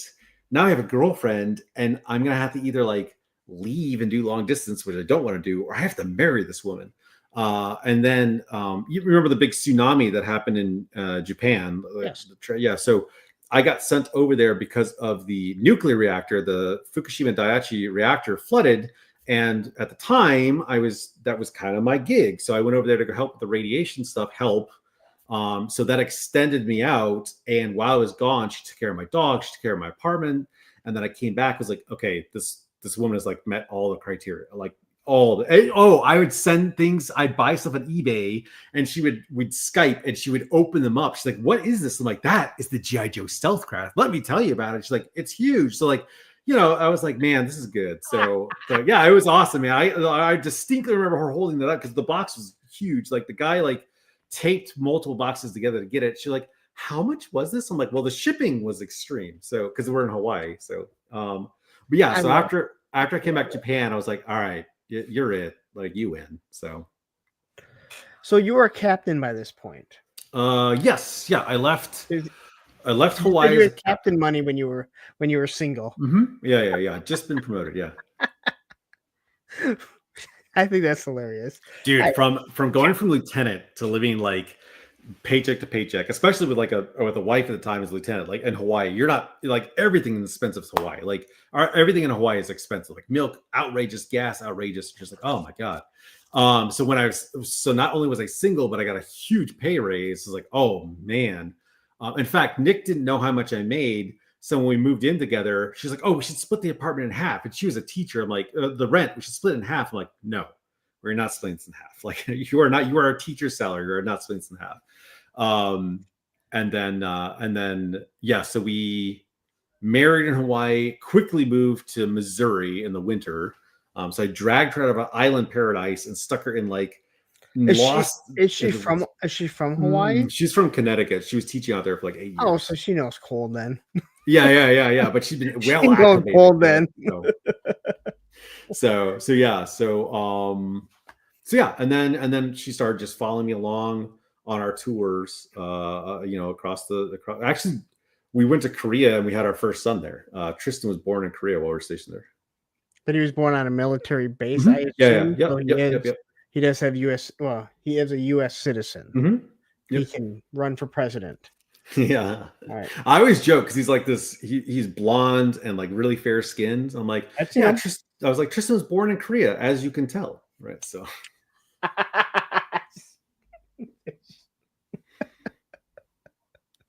All right. So, do you mind me asking what rank you're at now? Yeah. It's 2025. I just made Lieutenant Colonel 05 last July. So I've been in that rank for 1 year. And I just dropped my retirement packet 2 weeks ago. So oh wow. Yeah, a buddy of mine, he posted on Facebook and he posted like it was a memory. Mm-hmm. And he said, I didn't make it this time. It was to be an 05 tank commander.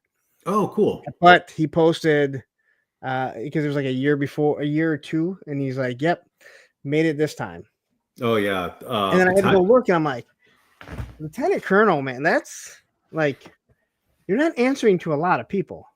So you'd think that on some installations, there's a lot of people, but not like when you're a sergeant. No, it's true. Yeah, lieutenant, or a corporal, where it's like everyone. Yeah, that's true. So in some installations, like like the lieutenant colonel is the highest rank, or there's only 4 of them and 1 colonel. So yeah, where I'm at the Pentagon, though, I am pawn scum. You know what I mean? It's Okay, like, well, yeah.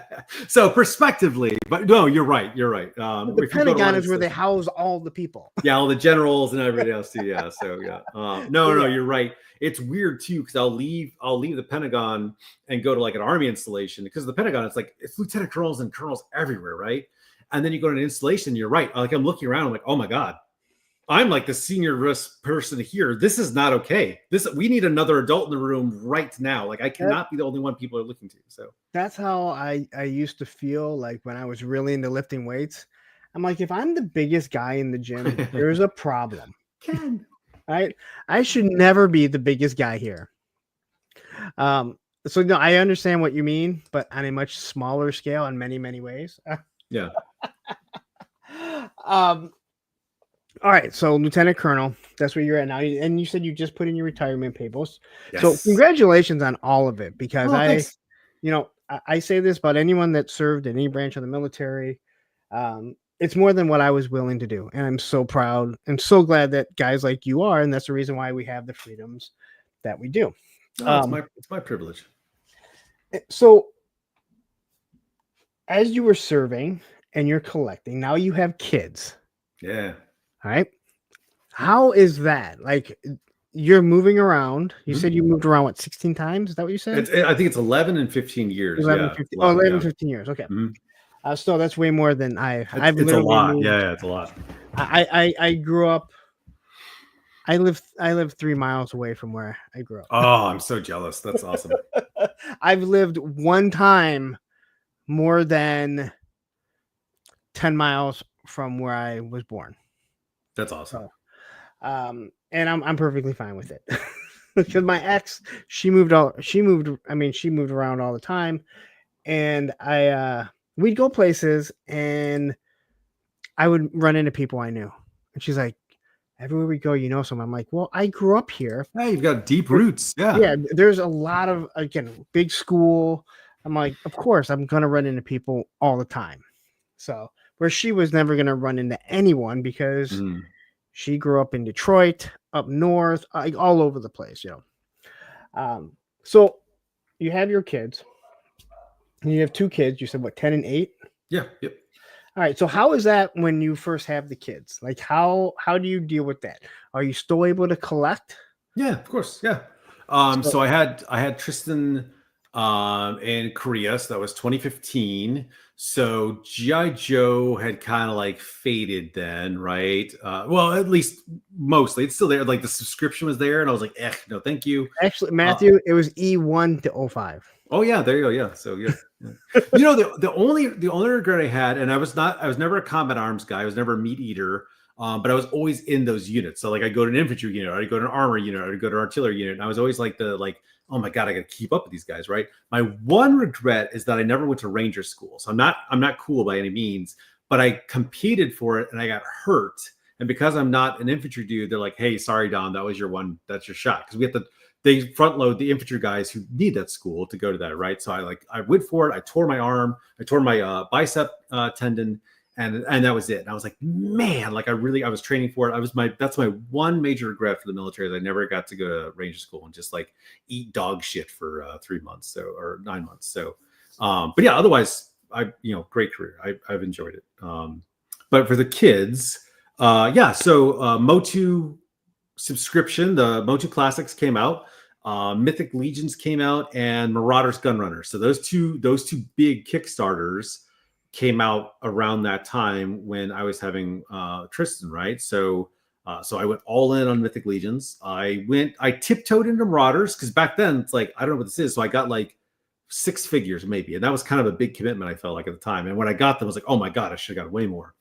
And then I had the Maddie sub actually being shipped out to Korea because when you're stationed there, you can go to a APO, so it doesn't cost as much. It's the same as shipping in the States. So they were able to ship it to me. So like, yeah, I had toys coming in. I got my first, actually that Kickstarter came after we moved out of Korea. It followed, it landed 2 years later or whatever. So So yeah, not an issue. And my wife bought me Grayskull. She got me the Motu Classics Grayskull in Korea, and that thing, like my infant son, could like fit inside that castle. You know, I mean, I could like close it around him almost. Did you take any pictures of him in it?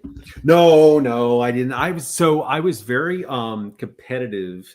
Again, hang around meat eaters all the time. So I didn't closet my collecting from women, but I definitely closeted from other men, because I didn't need any ammo when we all came up to the table, the big boy table, on who was going to be alpha. I didn't need anything to like put me apart, right? So this goes back to like the skaters or like high school, right? It's like high school over again.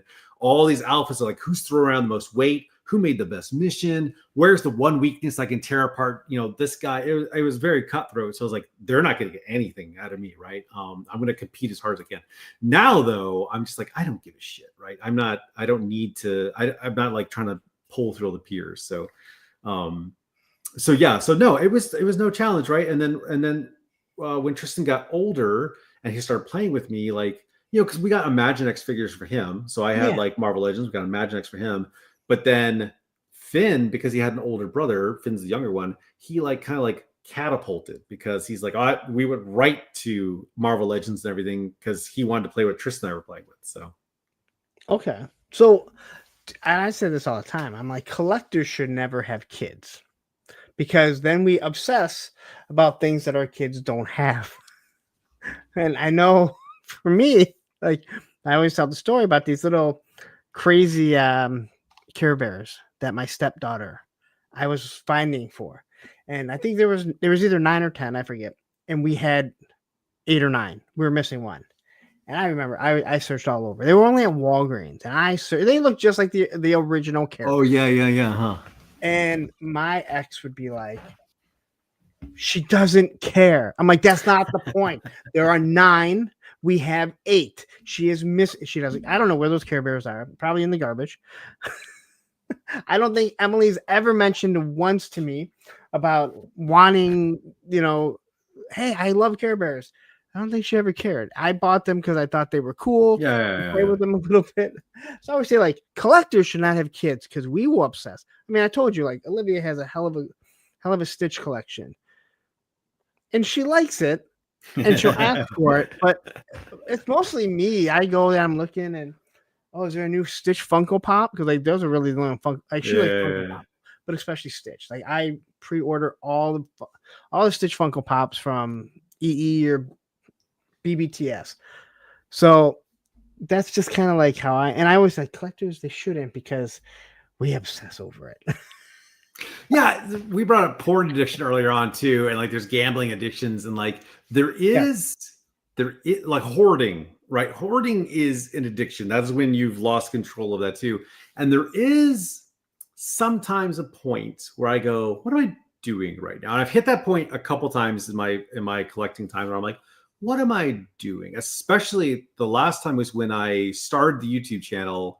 And I was like, oh man, I got to buy all these things because I have to have this thing to be able to talk about. And it's popular, so I have to buy it. I'm like, I don't want that thing. What's that thing going to do in my collection? I'm going to make a video about it that someone's going to like, what am I doing? Right. So at that point, and I was about to move again, I was like, I need to relook this collection. And right now, like it has been, I'm still buying things. Like Savage Crucible's come out. I love Savage Crucible. Like what's some other new line? Delta 17, because I know Ken's here. So like new lines have come out. So I've increased in different areas. But there also is this simultaneous purge that is continuously going on in the background too, right? Like there's things in and things coming out at the same time. So I am not a really good dude, but I do appreciate that comment. I am not a really cool dude. I am very. If you saw me in public, I'm usually just gonna like dodge past like this. Like I'm very introverted. But thank you, I appreciate that. I didn't think so. But maybe because I saw you at Joe Fest, and you're with all these like-minded people, right? Yeah. Well, Joe Fest is funny because I feel bad. Ken's actually and Rad actually in the comments too, and I think there was one other person in the comments too, Joe Fest. But like, I have my sons there, and then there's people like you, and there's people like Rad, and there's Ken. But my sons are the priority because I took them. So the first year I went, it was with my best friend Joe. They named the fest after him. I don't know if you knew that. And we loved it. It was great. I heard that. Yeah. It's a me fest. But the second year he couldn't go because something happened. But I was taking my sons, so it just ended up being my sons and I. And it was the first time we really were giving them independence. So like they had these watches and they would run around the floor and they like check in with me like, Dad, I'm over up at this booth. They got this thing. And I'd like come over to them and like, see, I'm like, this is awesome. I have these scouts like running around this convention hall, like looking for stuff. Right. So, and they'd get a little stir crazy. I'm like, hey, you guys need a break? And we were in the Marriott, so we go to the pool and like they play for an hour and I just chill and it got me disconnected. And then we go up to, I'm such a dad. I went to Trader Joe's and bought all this food. So we went up to the room and made peanut butter and jelly sandwiches, right? So like, cause I didn't want to eat out. Like that's toy money, man, you know? So, or we had like chips and salsa, we eat and we watched, we watched the 2 Avengers movies while we were there. So we like spliced it up over time because I'd never seen it before. So like I had all these memories of taking them there and they loved it. They loved every minute of it, like going out, all this stuff. The only downside is I'm with them and I don't get the adult time where you can just like sit and chill. And they're very understanding. Like, Dad, if you get a conversation, we'll just like go on our iPad or something. But you know, they can't really hover for so long, right? So I do lose the nighttime activities, like going out after the show and hanging out with everybody. But they also exhaust me. So like by 9 o'clock, I'm like, I'm done. And like we just pass out, right? So, but as awesome it is to have met people like you and Rad and everybody else, and here I am being able to talk to you, I'm gonna know them the rest of my life. And that bond that we had while we were there is fantastic. And they love going back. So that is something I just want to keep nurturing. It's so First great. off, you're always gonna have this episode on YouTube for life too. There it is. It's an eternity. Especially when this ghost murders me. It'll be the last episode I'm in. So no, I actually I love that. Like because you're looking at it as like, hey, you know what? These are my kids, and like you said, they're gonna have these memories with me. Yeah. And as they get older and they don't want to hang out with Dad, and I'm so lucky because my daughter at 16, she'll do anything I want. That's awesome. Yeah, that's great. Hey, that's where I want to be. Let's go up to Sergeant Red's. I don't really want to. All right. I left the gym like 2 weeks ago. She's at her mom's. I call her up. I go, is your mom there? No. What are you doing? I'm just sitting here. Let's go see Superman.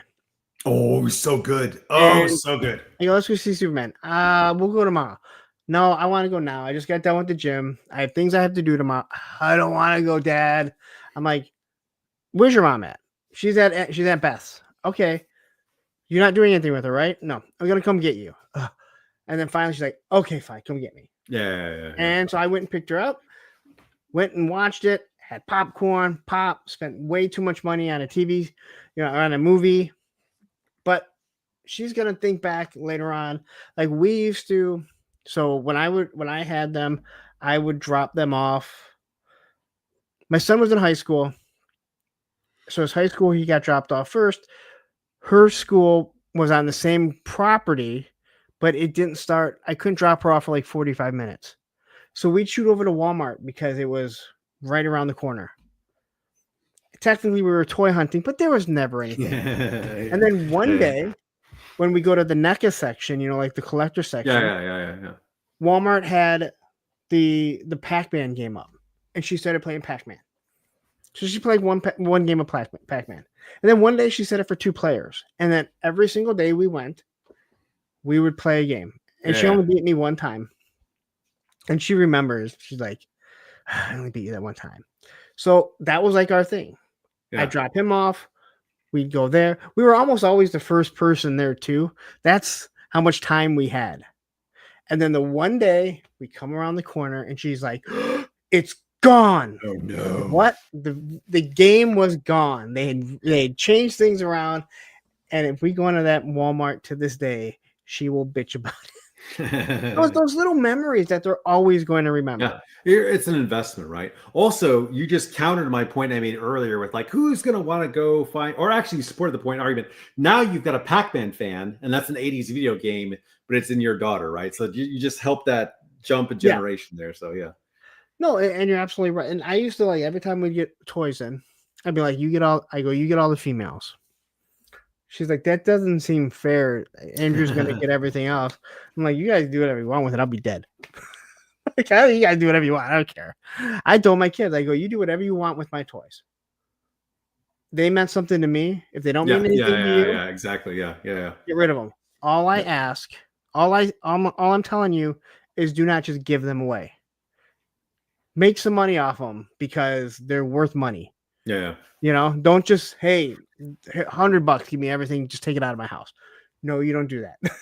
Or some weirdo shows up. It's like, hey, you want beer for toys? I remember distinctly the figures I got from that trade when I gave this dude 24 case, and I got Storm Shadow, Scrap Iron, Firefly. I got like all these OG figures for like a case of beer, and I still have that Storm Shadow too. It's funny. So definitely beyond statute limitations, by the way. Like it's been 30 years. I think I'm safe for trading underage trading of alcohol. All right, so let's talk about your collecting. So, okay, what do you collect exactly? Because I think most people see arthritis. I collect arthritis. Well, welcome to the club there. Lifting, skateboarding, like what? Like people are like, "Do you have arthritis?" I'm like, I've never been told I do, but I'm assuming I do.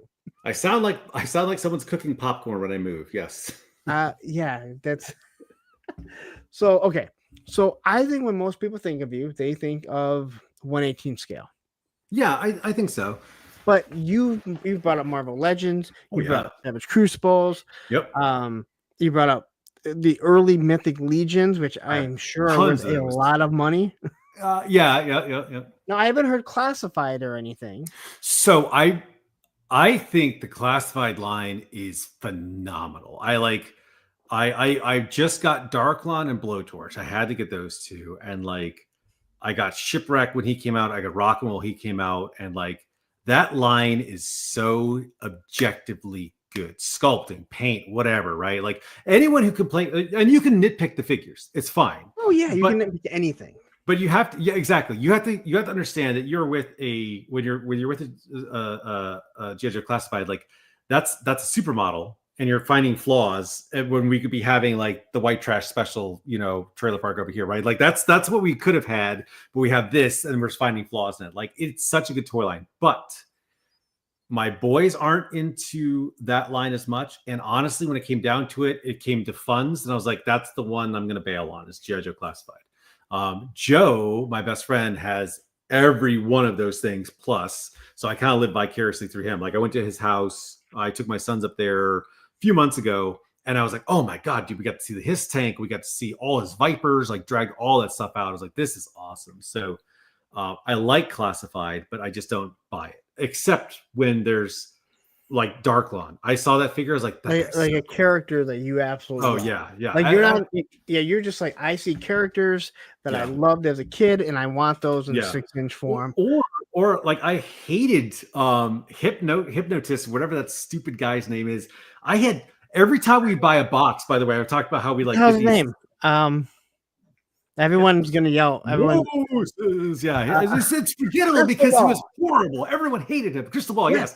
What a terrible name. So every time we buy a box set, by the way, from like the comics or whatever, there was always 2 crystal balls in there. So we had like 50 crystal balls. We literally, Joe and I were like chucking them into the trash at one point because we had so many of them. That and the Raptor. It was like the most oversaturated figures we get from collections. Like, oh my God. But those 2 characters in the classified line are amazing. And I regret not getting Crystal Ball because that guy with all this, he looked like a Mezco figure with all the like spells and stuff. Like, oh my he's not. I don't have him yet. He's one because I haven't shipped them yet. And I was like, I'm not gonna spend. I have no problem buying figures from overseas to do reviews, but if people have already popped out a whole bunch of reviews, I'm like, the amount that it's going to cost me to ship it overseas. Oh, sure. I won't make that money back. Yeah. So I'll just wait till I get it at $25. And I have it pre-ordered at both, like Walmart and Target, or not Target, Walmart and Pulse. So I'll get it eventually. And he looks really good. And Raptor, so I think I had him as like my second best classified of the year. If you would have told me when classified started, they're going to do Raptor, and you're even going to put them on a list that's a good list, exactly. I would have been bullshit. Exactly. Yeah. But they made them awesome. Everything about them looks awesome. And when I reviewed them and I compared them to the O-ring, you see like his hair, whatever that is, it's the exact same on the classified. Yeah, he has the little talons on his feet. Like it's all there, but they made it look really cool. So to go back to answer your question, like, yes, my my collection is deceivingly large of 1/18. I'm gonna say 4-inch scale because it's actually more modern than his O-ring now. Okay. So like I have tons of O-ring figures still. I purged a lot of them. I kept some in in a thing. I have a ton of customs, but I've been purging them. But like I have so many Joy Toy figures. I absolutely love that line. Like See, I bought 3 Joy Toy. Mhm. The first 2, one was It broke. bad. Yep. Yeah. Yeah. And then I got a second one or the third one, and he broke 2, and I was like, "Eh." I knew what you were gonna say even before you said it. I knew you were gonna say the broke. Which lines did you buy? I don't even remember. Yeah, okay. But I will say this. Other people said they had the exact same problem with that one. But to me, it was like, all right, this was That was your $25. test. Yeah, yeah. Yeah. And again, I'm not questioning, but I don't have a connection to it. Yeah. But I can tell you, like, my experience wasn't good. And then somebody sent me a Joy Toy Warhammer. Was it Warhammer? Yeah, Warhammer, yeah. And he's like, I just want you to feel it. And yes, the plastic felt better. It's an awesome figure. And I leave it in my 1/18 scale, even though I know it's not meant for 1/18. To me, it's kind of like, a battle armor, right? So the first Joy Toy I bought was from Dark Force. It was Russian Federation Dark Force, right? And they looked incredible, but like the elbow snap, the shoulder snap, the knee, the ankle snap was like, oh man, like I can't do this anymore. So I passed and passed and passed, and then they came out with Battle for the Stars, and it was the Viper White Squad, and I was like, okay, I'm gonna try it. And I got them. I texted you. I was like, dude, these are so much better than those other ones we got. And every year they've improved and improved, where there's like, they actually started packing in extra joints. So when they did snap, you could unsubscribe now. Oh, wait. Oh, are you guys actually being snotty? Oh no, I'm done. Oh no. Are you guys arguing? Don't argue. There's a long story. Oh, okay.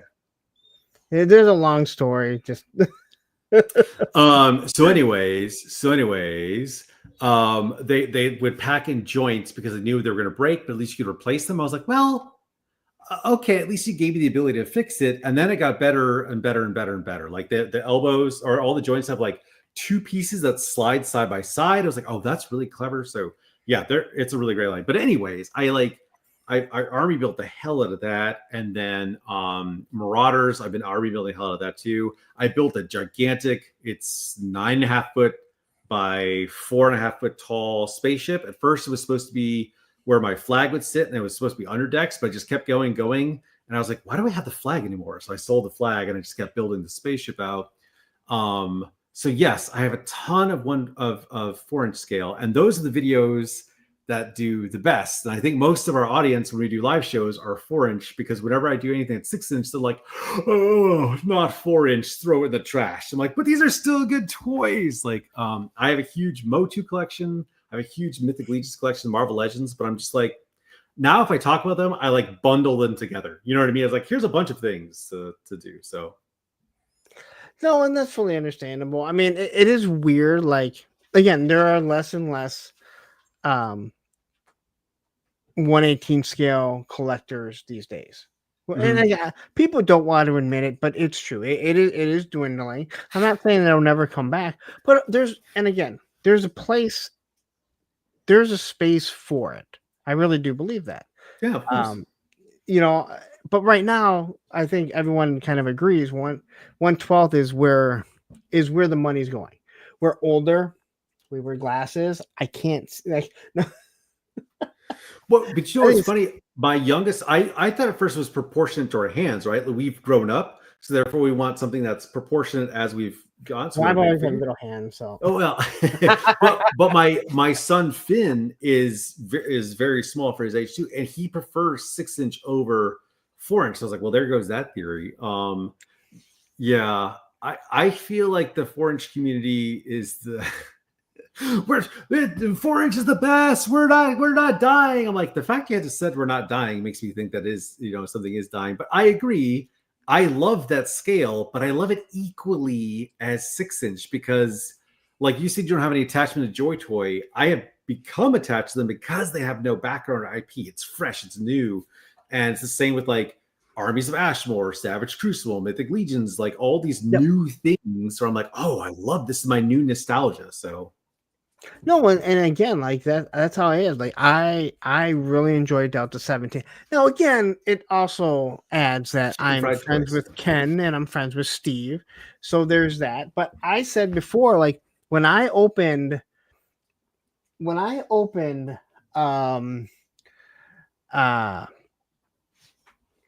the Skeletron figure. The Skeletron O-ring. I mean, I've opened the reaction figures. I've opened Reaction Plus. I've opened Delta 17. Mm-hmm. Like Delta 17 feel really good. But when I opened that Skeletron figure, that is the only time that I've ever felt like I was going back in time. Oh yeah. And opening a G.I. Joe O-ring. And that includes the O-rings that Hasbro gave us, right? There was something about it. The art, the way the back looked, the way it was packaged, that looked amazing. And again, I love the Delta 17. You're only saying that because Ken's here. How much is he paying you? Believe me, he's not paying me anything. All right. but I don't, they're also not trying to be G.I. Joe. You know what I mean? Like I agree. Yeah. Like, and look, here he is right now. Steve jumps in right now. Hey, hosers. You know, like they're not like they want it. Hey, if you want this to fit in with G.I. Joe, it can. But this is our own thing. Where I think that Skeletron was really trying to pull from. They was really trying to pull the heartstrings of the Real American Hero fans. Yeah. And that figure from the box or not the box, the bubble, it felt like an O-ring figure. I have not heard anything negative. And maybe it's because of course, it could be like a confirmation bias. Like I just don't watch the negative things. But like, I even casually talking to people, if they've gotten the Robo Skull or the figures, they're just like all actually the same thing with Delta 17. Now that I think about it, I only saw one negative review and somebody dogpiled it. But yeah, like those are you're right. And that's why I'm saying like I don't think it's a dying scale at all. I think though that we have. It's just like me with classified. Like I only have so much money. You know what I mean? Like I only got so much money. And if you hear, so we host a lot of Kickstarters on our show too. A lot of them will say, because we'll ask, like, why did you go 4-inch? And they're like, the market isn't there for it. Like we're catering to what is going to actually make our line successful. So it's awesome when you get people like Delta 17 or Longbow or the other ones you mentioned that are able to get into that market, or the Hidden Force, the Ninja line too. He was able to succeed. Yeah. And again, I'm not saying there's not a market for it. But there is a much smaller market. Yeah, I think that has to be recognized, right? But that's fine because guess what? There's a much smaller market for the Dodge vehicle than the Chevy, right? So, and that's perfectly fine, right? Like that's just how motorcycles, right? There's less people buying motorcycles. Yeah, there's a good comparison than cars, right? Yeah. But there is there's an audience for it. What about you? What about you? So what is your collection predominantly? Is it more 6-inch now? Is it split down the middle? It's mostly 6-inch. I mean, everything that I buy, I can't say everything I buy because I buy the Delta 17. I have 4 and 4 of the call sign Longbow and 4. What's the other one? Operation Recall. I'll probably buy most of the 4-inch or O-ring versions of Skeletron, but I bought those because I was like, I need to buy a little bit more to get over the 150 for 6-month interest free, so I can buy those 6-inch Skeletron figures. Because for the love of God, I only had the Wolf Trooper ordered, and then at Joe Fest, I'm looking at that red and I'm like, oh my God. I have the Robo Skull. And then you're looking at the silver one. And you're like, oh my God, just stop.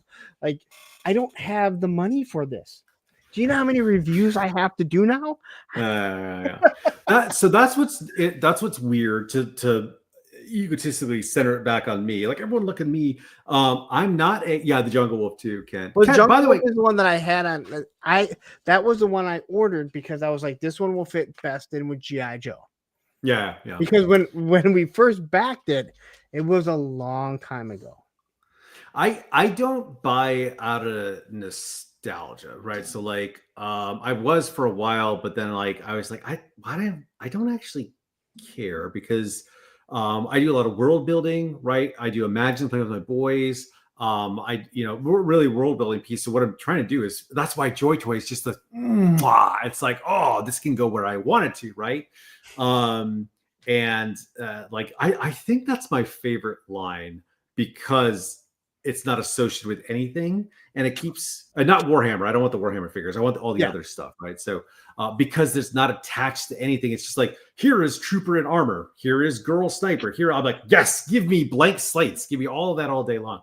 So I'm not a nostalgia buyer, and a lot of stuff I'm purging is actually nostalgia stuff. I'm like, I don't have a connection to Roboto anymore. Like I don't care about this.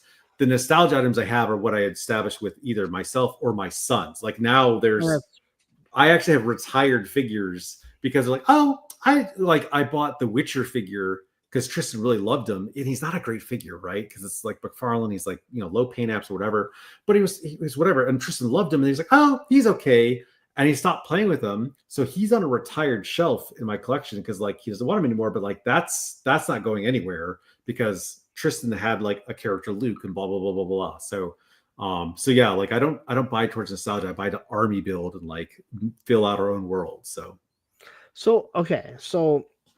Oh, a segue. I feel your segue coming. All right. So I gotta ask because you kind of talked about some of the stuff you collect. And I don't get a chance to watch your channel all the time. And I don't even How dare you? I'm out of here. I don't remember how I even found you. I'm very tall. My head's usually above the crowd. In all honesty, even though I'm not a fan of this person anymore. I think it might have been it's Chad. Okay. Who was articulated Chad at the time. So I think it might have been him. But I remember looking through all your stuff and literally your backyard, which would be like a landscaper's worst nightmare. And you just had ditches and ditches of figures. And I'm not talking like just like it looked like a war zone. Yeah, that's what we're going for. Yes. You talked about how you created a game with your kids and then you play this. So kind of and I don't need you to explain the whole I don't need you to explain the rules and everything. If it's I can get into details if you want me to. But explain to everyone who has no idea about your channel or who you are, what it is that you have done with. Again, I think it's crazy. And Ed, my moderator, will tell you, I'm like, hey, I don't have a problem going out, but I hate mud because I have O-ring figures that have classic mud on them that shit will never come off. So I did I bought Ken gave me like early access to the Delta 17 figures, so I bought a few of them, and I love the green trooper ones, right? So in the video where I'm like kind of reviewing them, also I do reviews very differently because there's people like you who are doing the classical reviews. I'm like, why would I possibly try to do the same thing he's doing? Like he's already got a following. Like, what am I going to do? Right? I'm just going to copy what Punk with Toys does or anyone else? Like, no. So I do my reviews a little bit different. So I literally was like, this guy's too shiny. And I threw them all in the mud and like gupped them up, right? And then brought them out. And I bought that that goat vehicle, the Wayward Goat. Oh no, it's so good, dude. I bought if you want to like if you're OCD, then don't watch the Wayward Goat video with the the Marv truck. Oh, by the way, those vehicles are so I have 6 of those. I love those trucks. But I literally was throwing it off a ramp and letting it go into huge mud puddles and like splashing all over the place. Like it and what's funny is like I did clean those off only because the water that they went through was like stagnant and like mosquito filled. I was like, I took it out and I was like, this truck stinks. Like it was like dripping slime. I was like, this is garbage. But otherwise, right now underneath my deck, I have bins of, I think I've got like 6 rage tanks, 12 of the Hiss 5s, those cool like the ones that look like they're from Command and Conquer, and they came out around the time. I love that variant. It's like all angular, and it can like raise up. I hate the raise up feature, but it's such a cool I know. I know. Oh, I love that chassis. It's so cool. So I've got a bin of 12 of those. Like it's all out there because we're gonna drag out. That's not even half my collection when you start seeing this stuff go out there because they're built on factions, right? So yeah, they're caked in mud. They're left with that stuff on there, and it's like, no, it's fine. Like I don't care. The only thing I do get worried about is figures in the sun because they'll get all like rubbery, and I've had helmets like melt to the heads, or they'll get sun bleach, and I'm like, whoops. So I'll blanket them, but the vehicles, I'm like, I'm gonna spray paint these later, so I don't care.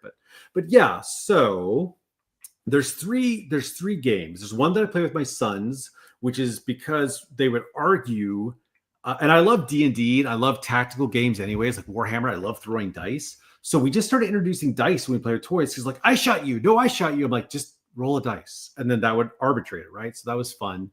And we still kind of do that. We do a lot of imaginative play, and there's rules, and there's storytelling. It's really fun, but it's very loose. It's what you would do as a kid, but a little more structured.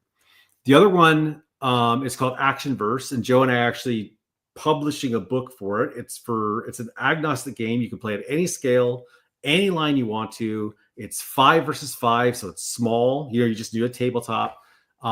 Joe is designing the interiors. The game's all written. I've had a beta tested. I do a few videos. Joe's doing the interior, but real life and jobs and mortgage. So we had to pause because he had to do this real stuff. He's like, Dom, I cannot he's a graphic designer for real life. He's like, I can't graphic design side and graphic design. I was like, it's fine. So it hit a small pause. So, but we're going to put that out. And I think we're not going to Kickstart or anything like that. It's like, here, pay $2 and here's some rules that if you want to play with you or a friend, it's a kill versus it's called Kill Team. So it's just small 5. It's a very fast game. Everyone who's played it was like, that was really fun. I'm like, yeah, it's fun. The game that I play. Well, okay, but how do you do 5 versus 5? Like, what do you? Yeah, so take 5 figures for your collection. 5 figures from your collection, okay. Any you want, and in there are 5 archetypes. So there's like a bruiser, there's a marksman, he uses guns. There's a swords guy, there's a tank, and I don't remember what the other one is, like whatever. But you take this figure, you're like, oh man, I really want to have like a Snake Eyes figure. Well, you can take those stats and you can very quickly, there's like a walkthrough to build your character, and you've got an agile guy who has a sword and uses an Uzi, and now you basically have a Snake Eyes, right? And that's it. And there's rule mechanics and stuff like that. Yeah, it's skirmish. It's very small. It's 5 dudes, and it's very bloody. Like you build these characters, and very quickly they die off. Yeah, it's very brutal. I stole, if anyone is really nerdy like me, there's this cool RPG game called the Dresden Files, which is based on the Jim Butcher books, the Dresden Files. It's a urban wizard. And in the game, there's a mercy rule in the actual game where you can, as your character, like, nope, mercy. And so you don't get killed. And so you're like saved and you're pulled out of combat and you're put into like a timeout. And I was like, oh, that's a smart mechanic. So I stole something like that. So that's Action Verse. You can play whatever you want to do. We're going to publish it. And like, I'm just going to make it cheap. Like, because whatever it costs to print it, basically, just so people can get it in their hands. Yeah. But the other game we have is called it's Backyard Battles, right? And that's I'm in the we already talked about I'm in the military, so I built like organizations like no, it has to be a platoon. So I want 30 of this troop, and they have to look the same. I don't want ragtag militias, or I don't want GI Joe where everyone's different uniforms. So I literally have like those APC carriers that you got from the first GI Joes. They had the canvas top and So I have 15 of those. I don't have 15, and I use them to like literally put like this platoon's going in here, and I carry it and I set it outside, and then we take it. So I usually use them as figure carriers to set them out the yard. And Tristan is my oldest son is wicked smart, like so much that I need to start like injecting him to slow him down because he's going to be smarter than me one day, and I can't deal with that. So I'm very insecure. He's picked up the rules of the game, and he actually like started playing it. And he beat me once, and I was like, "This is it. I'm no longer a man." So we played online with a few people too, and I would take stuff out there and I'd send pictures, and like people would tell me what to do. And it's very much a larger scale, like companies, large formations in modern warfare type setting. And someone was like, "Oh, I want to have this character who like is cool and blah blah." I was like, "Yeah, he will die instantly. Like nobody cares about you in this game. It's real war." And that's because I took it from military doctrinal and I took it from tabletop games. I kind of merged this one thing together. And it's super fun. Like you just take your shit out there, and like now I've convinced my wife there's certain areas of my yard that are safe for me to leave stuff in, because she's very much like the resale value of the house, Dom. Like we have the neighbors, Dom. I'm like, I don't give a shit, man. But she doesn't want me. How does that hurt the resale value? Listen, listen. You think everyone wants to dog on her. But I need to give her defense. She's my safety net for sanity. The things she's doing makes sense. Once you get on the inside, you're like, Dom, you need to listen to Nick right now. Like, no, we can dig a full trench. No, that's a gas line. Okay. You're talking about digging. I thought like yes, yeah. Okay, well, I did mention about the trenches and stuff. Yeah. So now that actually makes sense. So thank you, Fat Red Foo, actually pointing out. So one of the last videos I did was I actually made a forest within like the woods that we have, right? I made a forest of just snapping. When you look at stuff at this angle, they look much bigger, right? So I made like a forest for G.I. Joes. And then the next video I did was the actual artillery positions where I dug a bunch of pits and I have 12 maggots. So I have maggots positioned like throughout the edges of the yard. Now I dug all these positions out there, right? So yeah, it's all building up to this next few months. We're going to have like this ongoing battle where you'll see it just evolving and moving through the channel. So it's super fun. You get to play with your toys. I get to play a game, which I don't really have like a gaming community where I'm at right now. And my son is wicked smart, so he helps. And then we've got some followers who like jump in and do too. So it's really fun. No, and again, I think it's awesome. And again, that's what. Again, like it wasn't just, and again, I forget where I saw it. It was your channel or whatever, but like you showing all the stuff. It was also the passion that you showed, and you're like, I play with my kids, and I'm looking, like I knew you were in the military. I gathered that from whatever. I'm like, here's this guy, he's in the military. Now I see a lot of people in the military that are also collecting toys, so that's not really that odd or anything. But I'm like, he's playing with his kids, which I think is awesome. And I know that sounds stupid, but there's a lot of people that never played with their kids. No, I agree. Yeah, it blows my mind. Yeah, and it's like he's out there and he's creating a game, which probably is so much like what we did in our heads as kids, but now as an adult, you're just structuring it a little bit more. Yeah, and I thought that was amazing. And again, I have the issue with the dirt. But again, it's not my. I don't have a problem with that. They're your toys. I don't like. Again, I'm doing these classic reviews, and I'm just like, oh my god, dude, this dirt, I can't get rid of it. And you're taking it. I'm like, all right, well, it's good enough, for the video that I'm going to be doing. If you take a toothbrush and some warm soap, yeah. Oh, you still couldn't get it off? Oh, that's some good dirt, man. Well, some of the stuff, and again, I'm also not going to spend hours upon hours. Oh yeah, that's the other piece. But some of the stuff, and again. I don't want like I bought at Joe Fest a Rattler base. So you can make it look like it's lifting up, it's going down. Oh, I saw those. Yeah, those are cool. Yeah. And they were really cool. They had a Sky Striker, they had their Sky Striker, Rattler, Dragonfly, I think Tomahawk. They had all kinds, right? Yeah. And I don't like to be that person, right? And say like, that's not how I would do things. But when we walked away, I go, I'm going to be that person. Why would you have these things and not clean them off? And I'm not talking about the bases, but the vehicles, they were all filthy.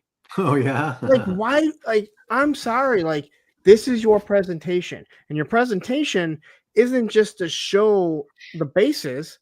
It's to show what these vehicles look. And the majority of us, you may have some dust on them, but some of these were just caked. I mean, the Rattler was absolutely caked. And of course, it's a blue plane. So, and I was just like, why would you why? Like, this is your presentation. Had emergency landing, it had to go in a field. It's VTOL. It's VTOL. It can land wherever it wants. That's why, yeah. But they were all just filthy. And I was just like, I don't understand this. And it's just one of those things where I was just like, again, when I go to toy stores and I see classic stuff, G.I. Joe, Motu, and it's filthy, I'm like, why would you put that in your on your shelves to sell?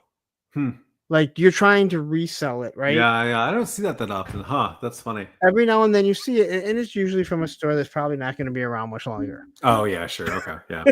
Well, I know like Sergeant Reds, like they clean all their stuff. Which again, I would do the same thing. And again, if you're going to take it out in the mud and well, that's on you. Oh But if yeah, I'm selling at my store, yeah, you want it to look good. yeah. No. Let's see. Ed says, yeah, dirty to the point you didn't want to get close to it. Yeah, but I really wanted it, and it works out great because now I have a O-ring rattler and a classified rattler that can both bank. Oh, that's cool. So that's how you play with your stuff. But tell everyone about your YouTube channel and what you do. Yeah. So we do some review videos. It's very rare that I'll do a review video. I have to be excited about something. And I like it. So I won't like, I've got some things before where I was like, I don't like this. I'm not going to talk about it. I'd just rather not. It's not that I don't want to give an honest criticism. It's that I don't have enough time. So I'm going to like just focus on things I want to do. Right. So we're not really review heavy. In fact, I've done very few of them. And when I do, I kind of get bored because I'm like, and in my head, I'm like, well, there's so many people who do this and it's better. And they've already like honed that audience. Like why? So I need to do something different. Right. So if you want to be entertained, go check out a couple of videos like my last time exclusive video where if you watch Rick and Morty, you'll appreciate the video.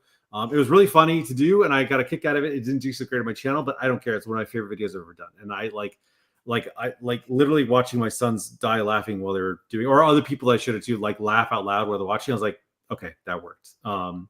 So not too many review videos, but what we've been doing lately is we have a live show, and that's really the point of it is for me and my best friend, because we would text or we would catch up on the phone and we'd end up talking about, hey, did you see this? Hey, did you see this? Hey, I'm going to buy this. What do you think about that?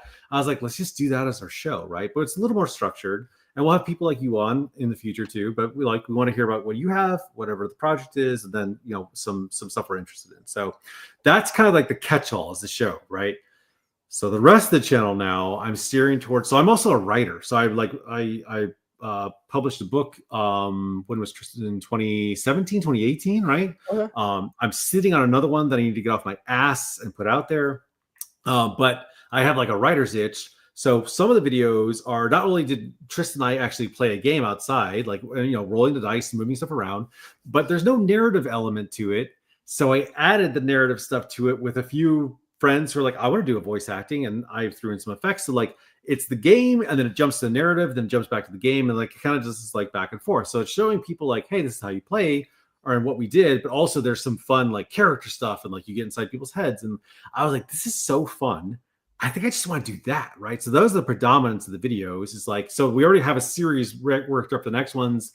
And if anybody wants to do some voice acting, I could always use more people to like drop some soldier lines. Like you don't have to make funny voices. Like you actually have a great voice just to like deliver lines. You don't have to like change an accent or anything like that. And people always confuse that. Like, that is the nicest thing anyone has ever said. No, it is unique, and the biggest lie, but thank you. No. So like actually Rad Toy Galaxy, his voice, I told him, I was like, I want you, don't make anything up. Just speak like you speak, because I want that to be a character. It's so unique, and he's got like this like rough throatiness to it, and like it's like radio. It's like this interesting blend. I was like, do that. So yeah, Ken can do a Rolf voice. So, but anyways, that's super fun because people get to throw some stuff in from the community and be involved with it. And that's what's hard too. Is like, how do you get people involved in a creative project? But I get to do some writing itch, and we get to play a game. So I feel like that's like our fun sweet spot and where these kind of videos are going. So that's what we're queuing up for the next ones. In the meantime, honestly, like some of the videos I've been doing lately that actually did well, shockingly, were very low edit. It was just me being an idiot, walking around and be like, hey, I'm going to set up this battlefield. Check this out. And like digging in the dirt and like getting sweaty and gross and making your toys like as you would like make it cringy for you. So. But you know what, like you talked about, like this is what we do. I'm not trying to be like anyone else, and that's what I tell anyone that's doing YouTube. I'm like, you take cues from someone you see that you enjoy, but don't Yeah. recreate them. I watched Yeah. a thing with Mr. Beast, and he said there's a guy who literally recreates my videos. You know, he'll do line for line, and he goes, find someone that you like, take cues, you know, do so. Don't be them, because Yeah. there's already that person's already there. People want to see someone new that they do something a little different, you know. Yes, it's And your take on it, right? It's your blend, it's your personality. Yeah, exactly. agreed. And that's what, you know, going back to like doing reviews and stuff. Like there are some people that have to be first and then they get mad if they're not. And it's like it's great to be early.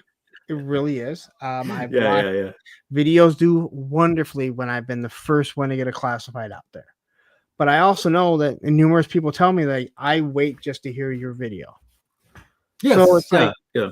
all right, cool. Like I do every single classified. Now it's kind of become a sense of pride.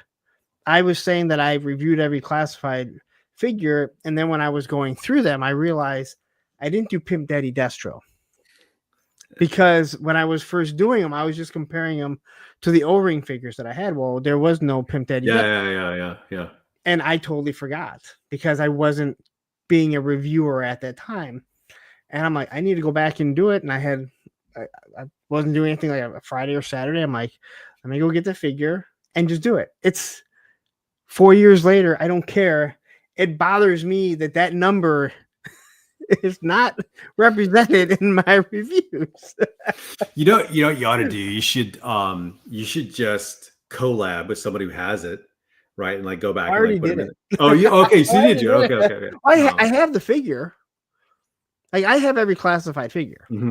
So I just went skip down the beat. Yeah. Okay. Yeah. and I just again, like I had them and I was like, well, I don't have it. I'm like, that's what I was just the YouTube started basically because I started with the Walmart stuff, you know, the Walmart 4-inch figures, because I had the original and I was just kind of comparing them.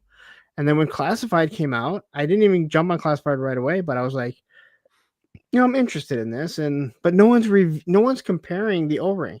I didn't know anything about the toy industry at the time. Oh yeah. Boy has a lot changed in those 5 years. I know probably way more than I really, really, really want to know. I mean, in all honesty, you know, when someone tells me, hey, I don't really care what a jerk that owner is, I just want good toys, I'm like, I want to feel that way, but I know too many things of like people he screwed over and how he's treated people Oh that I can't feel that way, and it yeah. sucks, right? Yeah. But Yeah. it's gonna The be like inside. that in Yeah. any realm of anything that you get into. You know, if I went really deep into skateboarding, there like I once said to one of my best friends, I go, have you ever bought a pair of shoes or a deck because of a rider that you liked? And he goes, no, but there are plenty of shoes and decks that I haven't bought because I don't like the person. And I go, me too. Yeah. You know, It's the don't meet your heroes or inside baseball kind of thing, right? Like you swim in there and you see the drama or whatever. So, but on a positive note though, I will say let me go a positive spin, like Toy Polloy. We got to have him on. You know, he's in the UK. It's always hard to get, you know, Europe because of time zones. He came on. We got to chat with him afterwards and before. And like just honestly a great dude, like for someone who has been doing it for a long time and a large channel. And he gave a couple like tidbits of like professionalism. He's like, hey, you know, like this should be expectations. If you ever need this, like you should probably maybe avoid some of, you know, creators that say these type of things. And he didn't name drop anyone. So I thought that was professional too, but like just an awesome guy. Right. So yes, I agree that sometimes you'll swim in and be like, oh God, it stinks in here. But other times you'll find these guys and you're just like, man, I'm so glad. Like I can always look to a dude like Dave and be like, oh man, but at least someone who made it isn't a piece of shit. You know what I mean? Like you don't have to be scum, you know, so that's always. But I also think that again, I think some of the people that act a certain way, there's less of them, but they're the vocal minority, right? And Yes, that's like that in yes, in yes, every yes. walk of life, right? Yep. I Yeah. said this before. I hate when someone says, "Oh, you're a great dad," and I go, "Why?" They go, "You pay your child support. You see your kid." Like, whoa, whoa, whoa, whoa! Like that is the minimum of what a parent should You do. don't beat them. You don't have any child labor law violations. You're doing Yeah, great. like You're doing great. Yeah. I had a cousin that would say that. She's like, "Oh my god, my kid's dad, he's such a deadbeat, and you're such a." I'm like, "Oh, just because you pick deadbeats to date, like, don't compare me." And I had this one girl, and we're talking and chatting back and forth on Facebook Messenger, and I go, and she goes, "Man, you're such a good dad. I love." And I went, and I go, "That's insulting." I go, "What?" I go, "I hate when people say that." And she goes, "Can I finish?" And I went, "Go ahead." And she said, "I said it because every time you post on Facebook, it's you and your kids. Okay. Yeah. It's not just you. They're always smiling. They always look like they're having a good time. When you make posts, it's about your kids, you know." And she goes, "That's why I said it." And I said, "I'm sorry." Yeah. I go, That's I a shouldn't snap genuine at you. compliment. Yeah, that makes Yeah. sense. It's specified. So yeah. But again, vocal minority in any walk of life, you know, those are the ones that get it. Like, "Oh my god, every dad's a deadbeat." No, that it's not true. Or when people say, "Oh, most dads aren't like you." No, the majority of them are. Yeah, it's what you're comparing to. Yeah. Yeah, you just So don't hear exes going like, "Oh my god, my ex-husband or my ex-boyfriend is so great with our daughter." Like, they don't brag about that because they look awful because they left you. So Fat Red Food in the comments, we had him on a while ago too. Awesome, talented role builder, really good dude. And yes, Red, I will absolutely pull you in for voice acting. He made a comment about my sons are lucky because they have an interactive dad. Like I feel that I'm also lucky because I get to like have that relationship. You know what I mean? I get to have like two play pals, and I'm also their dad. I have to do dad stuff, right? But like I like there's nights where I'm like, I'm not gonna go hang out with anybody. Like I get to hang out with my sons tonight. We're gonna do this thing, or we're gonna work on this project. Like it's great. And the answer question, the video you're referencing, Red, is Carbon Snow. And it was I'm extremely proud of that video because it was very creative and it didn't do great at all. But I absolutely like, if I were to point anyone to the channel, I'd be like, I really liked that video. And I wish I could do more of them, but it's very labor intensive. And that's What was it called? Carbon Snow. It's the Joy Toy one. There's no game. It literally is, I got inspired because it snowed. And I was like, I visualized what I want to do here. I'm just going to make a video of it. And I did it in a day. I teleworked in order to do it. And it was super fun. And I was like, man, I love that video. But yeah. Thank you, Fat Red. Yeah. Thank you, Fat Red. Here it is right here. Yeah. No, you have to watch it now. Oh, there it is in the chat. Yeah. so that, but it's funny too. Like I actually made a joke about, so I was carrying this tote of maggots or something in the last video I did. And in Virginia, it was like 89 degrees out, but felt like 111. And I'm walking across my yard and I literally was like dripping sweat into my toys. And I made a joke like, oh my God, this is so intense. Like, how does the rest of the toy community do this? Oh, wait, no one's as insane as I am, because no one's really doing that, right? You get to sit in your table in the air conditioning with like controlled lights, like you move a figure in front of a camera, and I'm like running around outside and I'm like, man, I'm killing myself. Like, you know what I mean? Like, Ed may disagree with you. He goes down to the creek with his, and that's great. Yes, that's why we're always arguing. And anytime I take a picture outside, Ed's like, "Oh, you took your toys outside. I'm proud of you." It's so fun. It's so fun to take, even if you're not playing with them. If you're doing, I consider toy photography playing with your toys. It is. Yeah, especially if like the channel we just had him on, the Savage Land, Mike from the Savage God, Land. he's awesome. I he's had great. him on too. He definitely tells a story, and I don't just mean tells a story like takes one frame of a picture and there's telling a story. I mean, he has a narrative that he's explaining, and he like does it through multiple pictures. That is playing with your toys. You're creating a storyboard for a comic book or a movie, basically, but you're doing it through action figure form.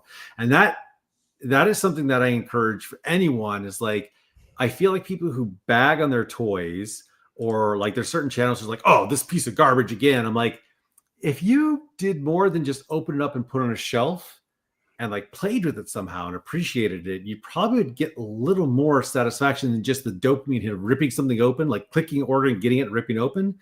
You might get a little more from it, right? Like customizing is playing with your toys, world building, setting in a diorama, setting up scenes, like playing with them, you know, like you don't have to make noises and be on your hands and knees, but you can like have fun with them. And like that, I think a lot of our people, this niche, may not do that. They may not know how to, but like I think they're missing out by not doing something with it.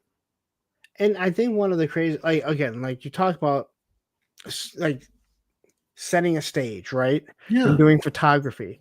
And I am not great at photography. Okay. I enjoy doing it. So some of the stuff I try and do is I try and do like 4 or 5 pictures that are a sequence.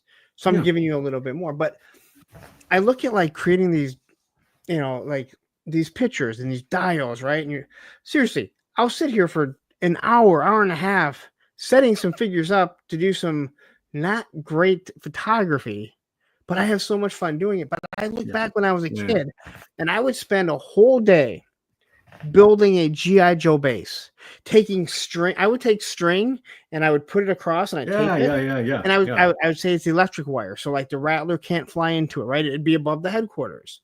And I mean, it was high enough that I could just step over it, you know? And I look back at that and then it takes me a half hour to play and destroy everything, right? I look back at it, I'm like, that's exactly what I do today. Yeah. Except on a bigger scale. Yeah. Probably more detail, right? Because like, oh yeah, more. Well, I don't know. Like as a kid, like you're talking about, you have the base, you have checkpoint. Oh sure, alpha, you have all this stuff, and I have everything. And again, I'm taking like literally string that my mom probably was like, "Where's all my string?" Oh, there it is. You know, and I remember putting tape up. Like I did a lot. But you know, you're gonna tear it down. Like someone's gonna fly into it and destroy it, right? Someone DM me, and I'm sorry if they're in this chat, or I've been very busy with like babies lately. That they were starting a channel, and he had I quickly was like, I wanted to click it so I wouldn't forget it and save it for later, right? So I saved the YouTube video, but it's his Cobra Army on his tabletop, and like it's this huge display, all this stuff out there, right? And the first thing I thought was like, this is impressive. This person's having a ton of fun. The third or fourth thought I had was like, oh, the lighting probably needs to be a little better or whatever. But like, that's the adult filter that kicks in. It's like, you start like nitpicking the mechanics of the thing rather than appreciating what's there. But like, I was, this is weird, but I was like, oh, I appreciate everything that's going on here. And I want to watch this later, despite like a lighting thing or whatever. Like, I don't care about that. Like the fact you set all this stuff up, like tell me more, right? Savage Land is a photographer also. So it helps that he's doing that, right? He is like a really skilled photographer, but you don't have to have that skill to be able to like demonstrate, like, check this out, I'm having fun, right? So and that's why like when I did it, I started like, I try and remember, like I try and take pictures because I used to want to take a picture of the whole figure, but that's not what photography is. But I've just set a figure up running in on one foot. There's people that tell me they can't stand their figures without stands, right? And I have a figure running on one foot. I want to show the whole thing, but that's not a good picture. So I started like trying to do my best pictures and then take a whole shot so you can see everything. So quickly, this is one of my moderators, Action Fake, talking about the string that I put up, high enough for you to step over. So 3 inches off the ground. This is the BS I have to put up with the moderators that I don't pay. Hey, 3 inches is big. 3 inches is plenty big. I've been told that. Yeah, 1.5 is plenty big. I've been told that's fine. Nothing wrong with 1.5. I identify as 8 inches. So. No, So there's the joy that you get out of something too, right? And like that's some of the videos that I put a ton of work in don't do well. It's really weird. Like I'll do a video and like within a day, I'm like, why the hell did that trend so well? And then the next day I'll do a video that took way more effort and work and it's better quality overall. And it didn't do so. It's like 9 of 10 ranking. I'm like, what the fuck? The irony is the setup Battlefield one where people are like, oh, this is so awesome, man. You're going to play with your toys, did better than the one where we actually did the thing that we were setting up to do. I was like, why? I was just talking about the thing, and I showed you the thing. I'm like, YouTube, I don't care. So I gave up on trying to satisfy that algorithm beast, and I like. My sons are very wise. They're like, Dad, did you like do that video? I was like, yeah, it was really fun. They're like, then just do that video, Dad. I'm like, okay, all right. I think that's one of the hardest things because yeah. I'm I go and try and take pictures, right? And I actually said to Matthew and I said to Ed, I go, it is so crazy because I can put up a couple pictures of classified. They don't have to be good. I'll get like 90 likes on it. Mm-hmm. Yeah. I spend this time getting great shots of Rogue knocking out the Hulk. And I think it was a pretty good one, right?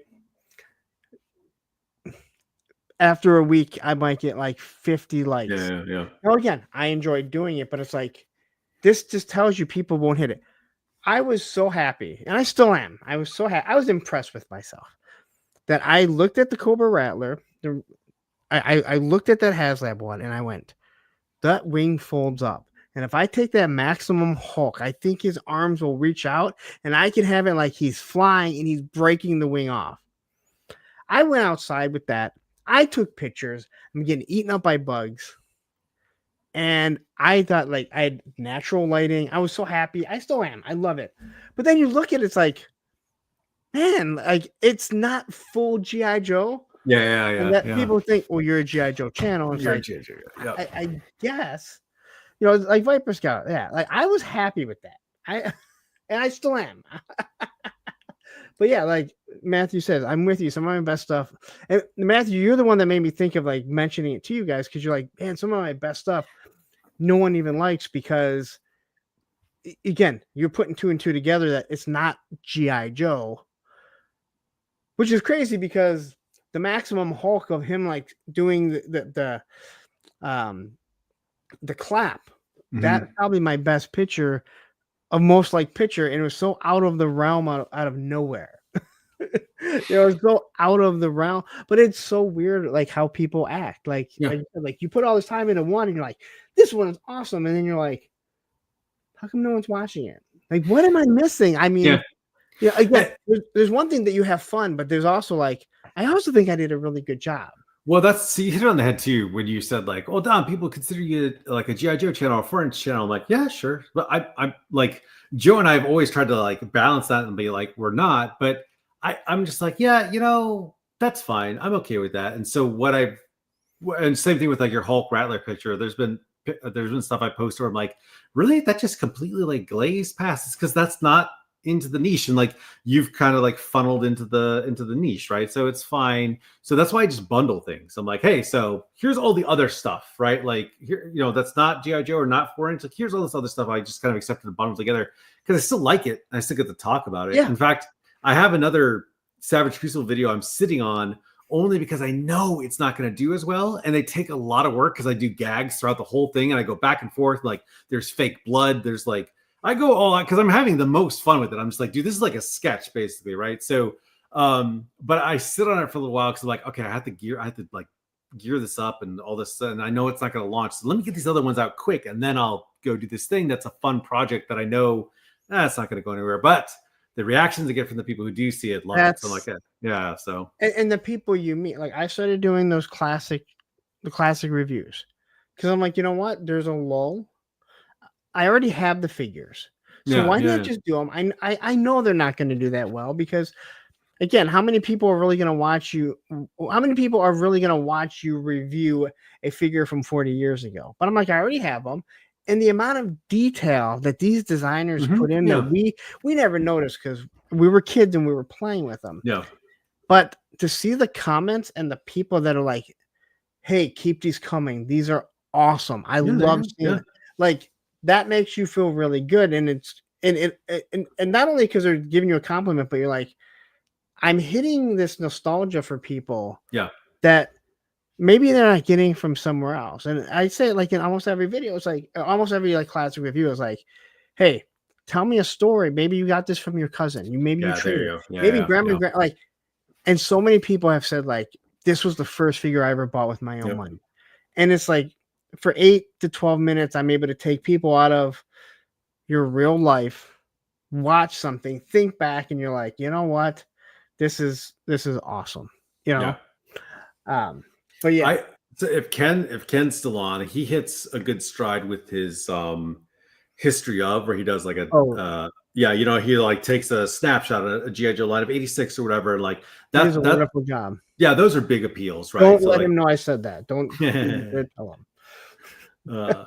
Yeah, so the Savage team, I guess I'm always like afraid to air this, but like they're so generous to me because like we have good rapport with them, and they love my sons because they love the lizard figures up. So they sent me a bunch of figures, and I was like, oh my god, dude, like I do not have time to do this right now. Like I'm gonna go to the birth of my niece, but I feel obligated to do a video for them. But we also legitimately love those figures. Like Tristan's number one figure is that albino lizard. He's like, Dad, this is like my favorite figure in this collection, right? And like I'm blown away by those figures. So like, but yeah, somebody said like they don't do, my videos don't track that well, so there is some of the hesitation. But that's why I just honestly, the last one was like, you know what?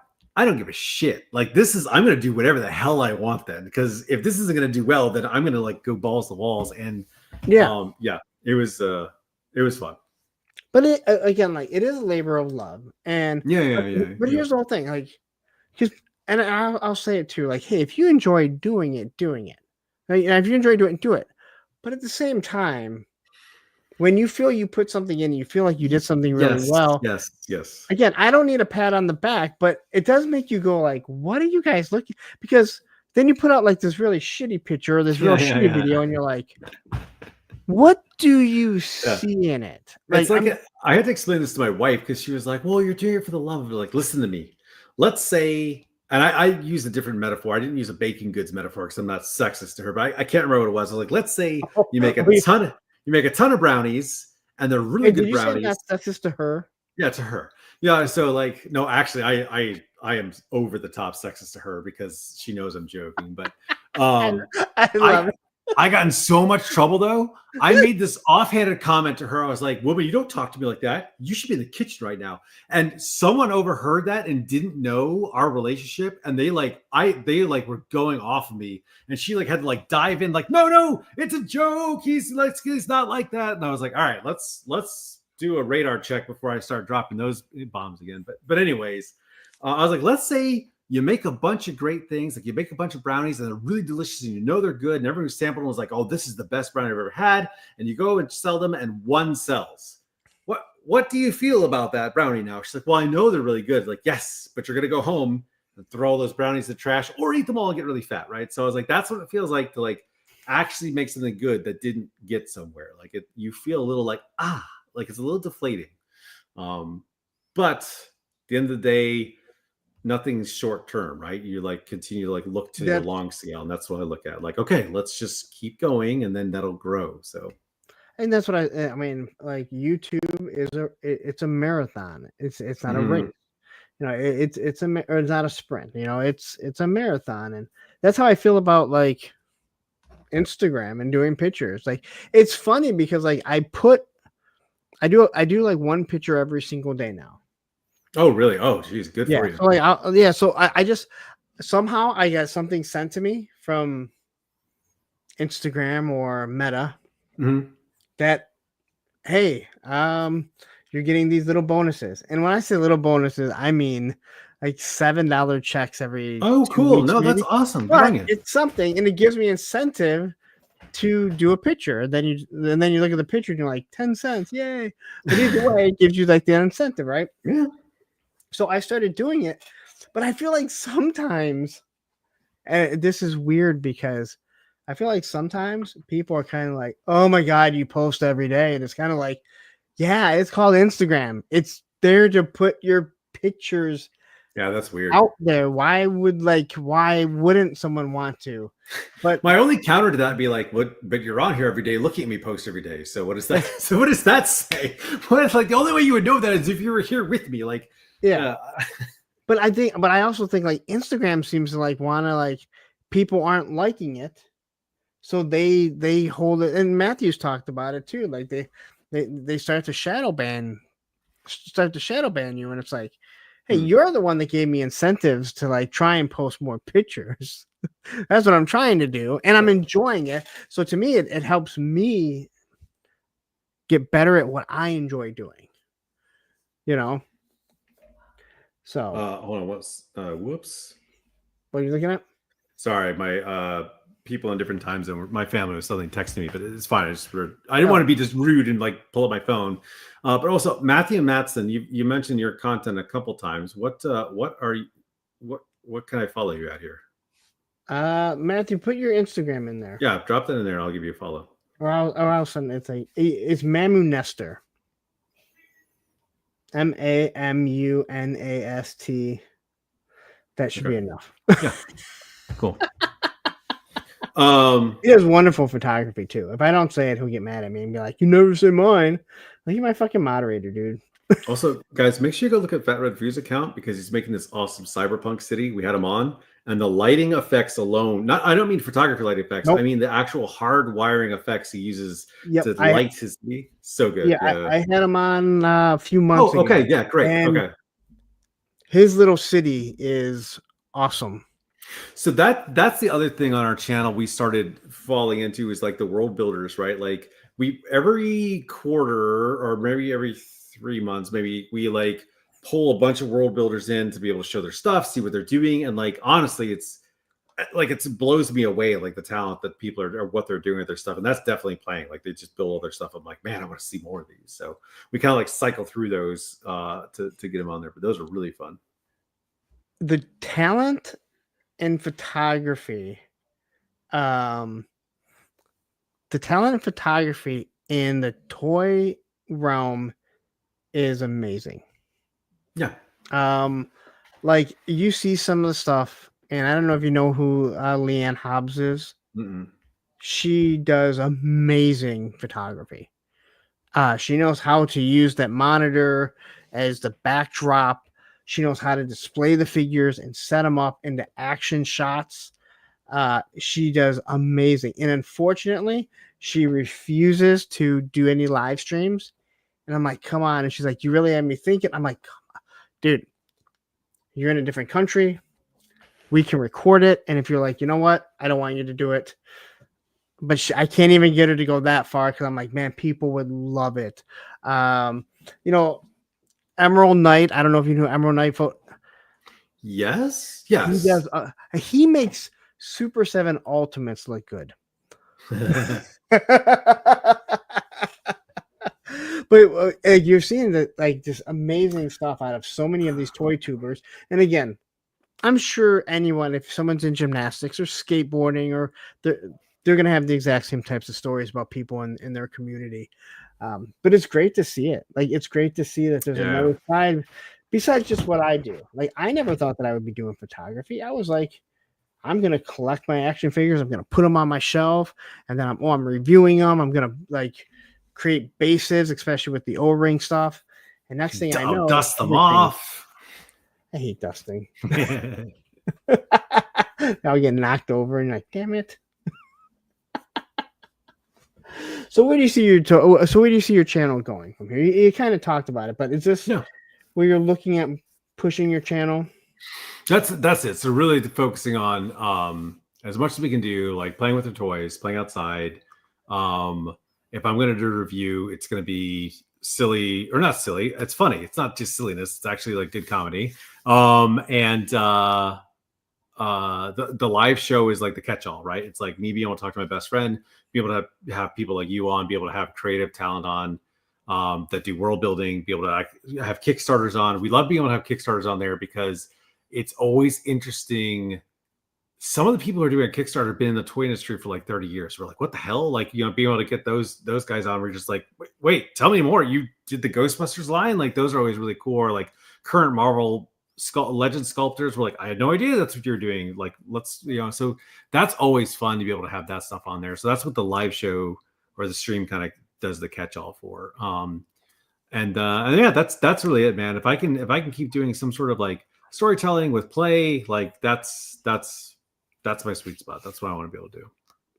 And that's awesome. And again, I love the fact that you do something different than other people.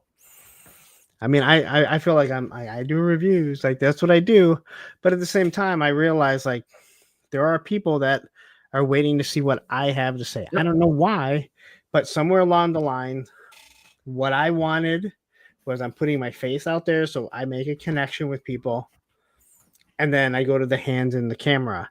A lot of people, they never want to be seen. I was like, well, if I'm going to do this, I might as well have a connection.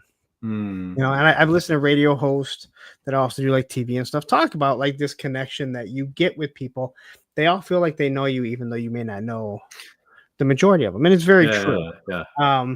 Because I can't tell you how many people, and I'm probably more open than I should be on Facebook, or not on Facebook, and on YouTube with my kids and everything. And I think you're kind of the same way. I mean, you mentioned, Yeah, I don't care. Yeah. Well, you have giant arms, so it's. My house is also high in the trees where no predators can get me, so I'll be safe. And you have a big machine gun. Yes, that you were given. You're tall. Here's a machine gun. Yeah. There's one thing you take away from this channel. It's that.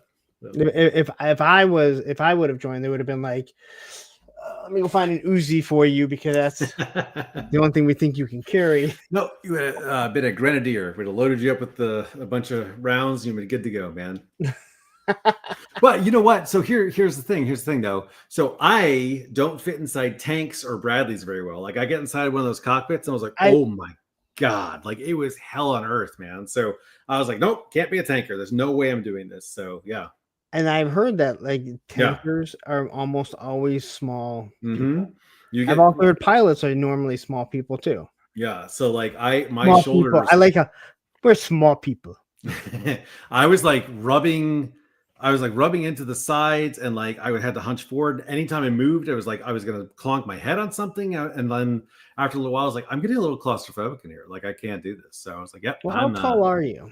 6'2". So not that tall, but those tanks are, Yeah, and again, like I guess when you have 6 inches of armor, it probably it makes everything a little bit smaller inside. Yeah, because you got to carry. Those things are designed to carry a gun, fuel, the ammo, and then we got to put a crew in there, right? So like it's not luxurious. Like sometimes you see like the inside of tanks, and like the people are like, "Hey, buddy," and they're like, I was like, "What tank is that, man? You're stuffed in there." So, Have you ever seen the movie Tank?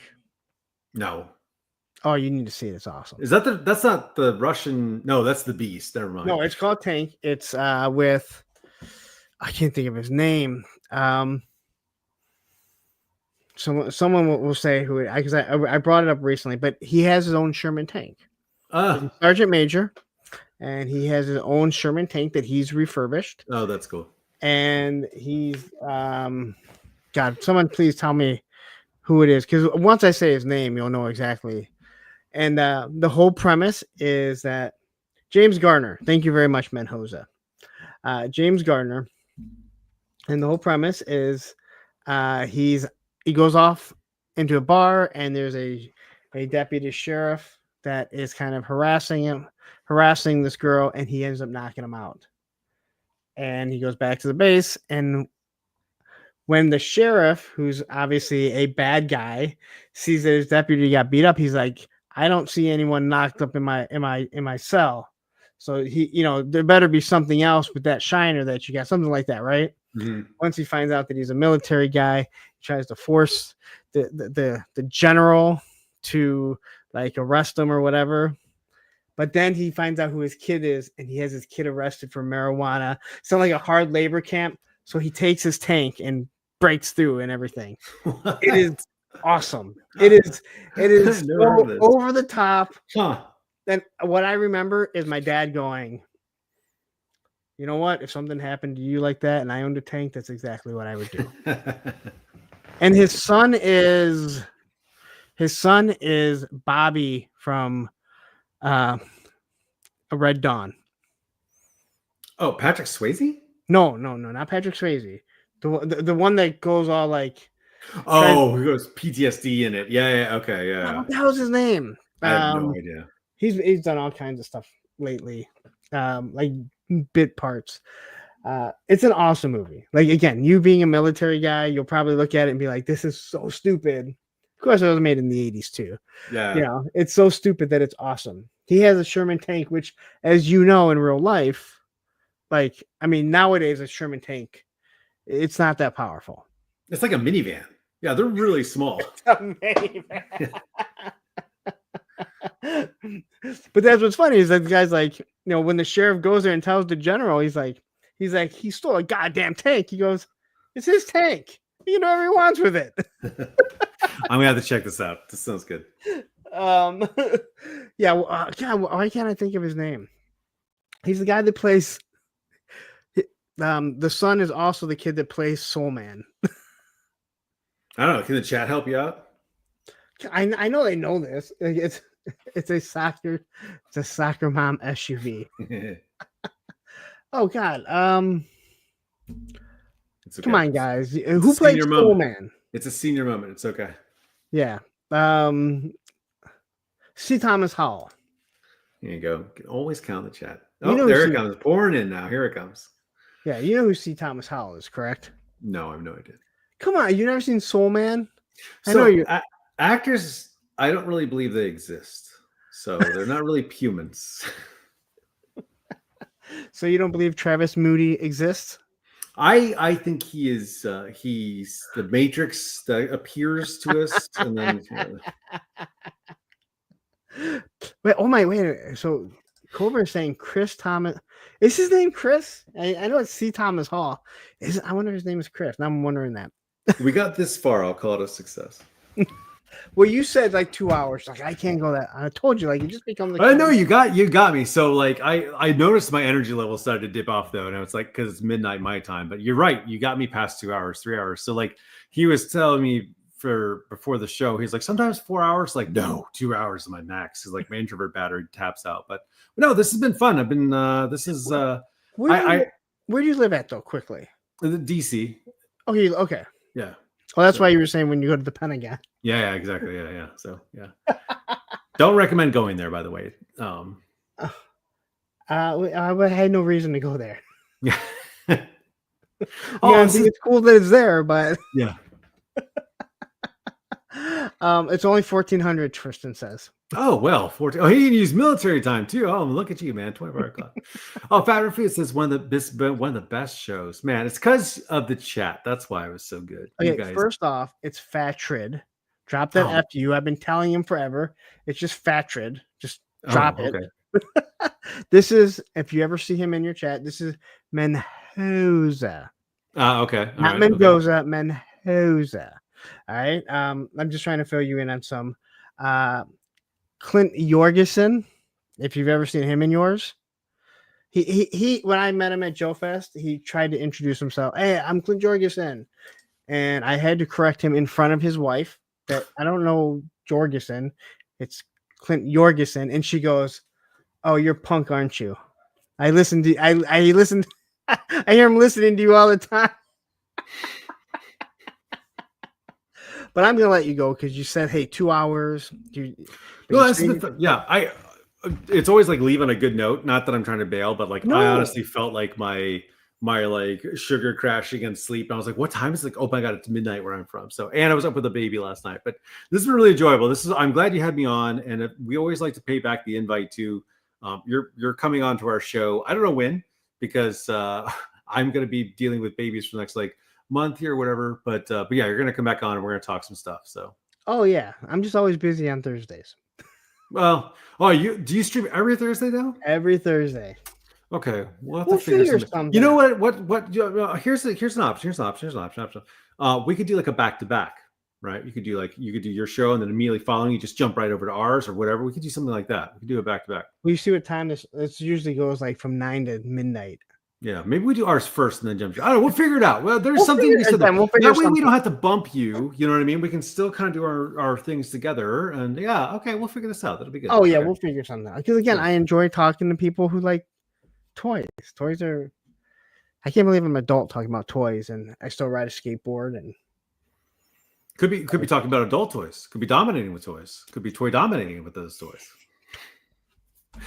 Clear your Google search history, folks. Hey, thanks for everyone for coming out. Make sure you hit smash that like for everybody. I'm so tired. Smash the like for everybody. Everybody smash each other's likes. It'll just be an orgy of likes. It'll be wonderful. Who's in my mouth? On that note, you should have just ended right then. Right then. Here's my mouth. An end. Cut to black. Everyone, go follow him if you're not. In the description, there is his Instagram and his YouTube. Tom, thank you very much. I had a great time. Yeah, it's good. Everyone else, I will see you guys Monday. Thanks, Take care. guys. See ya. Good.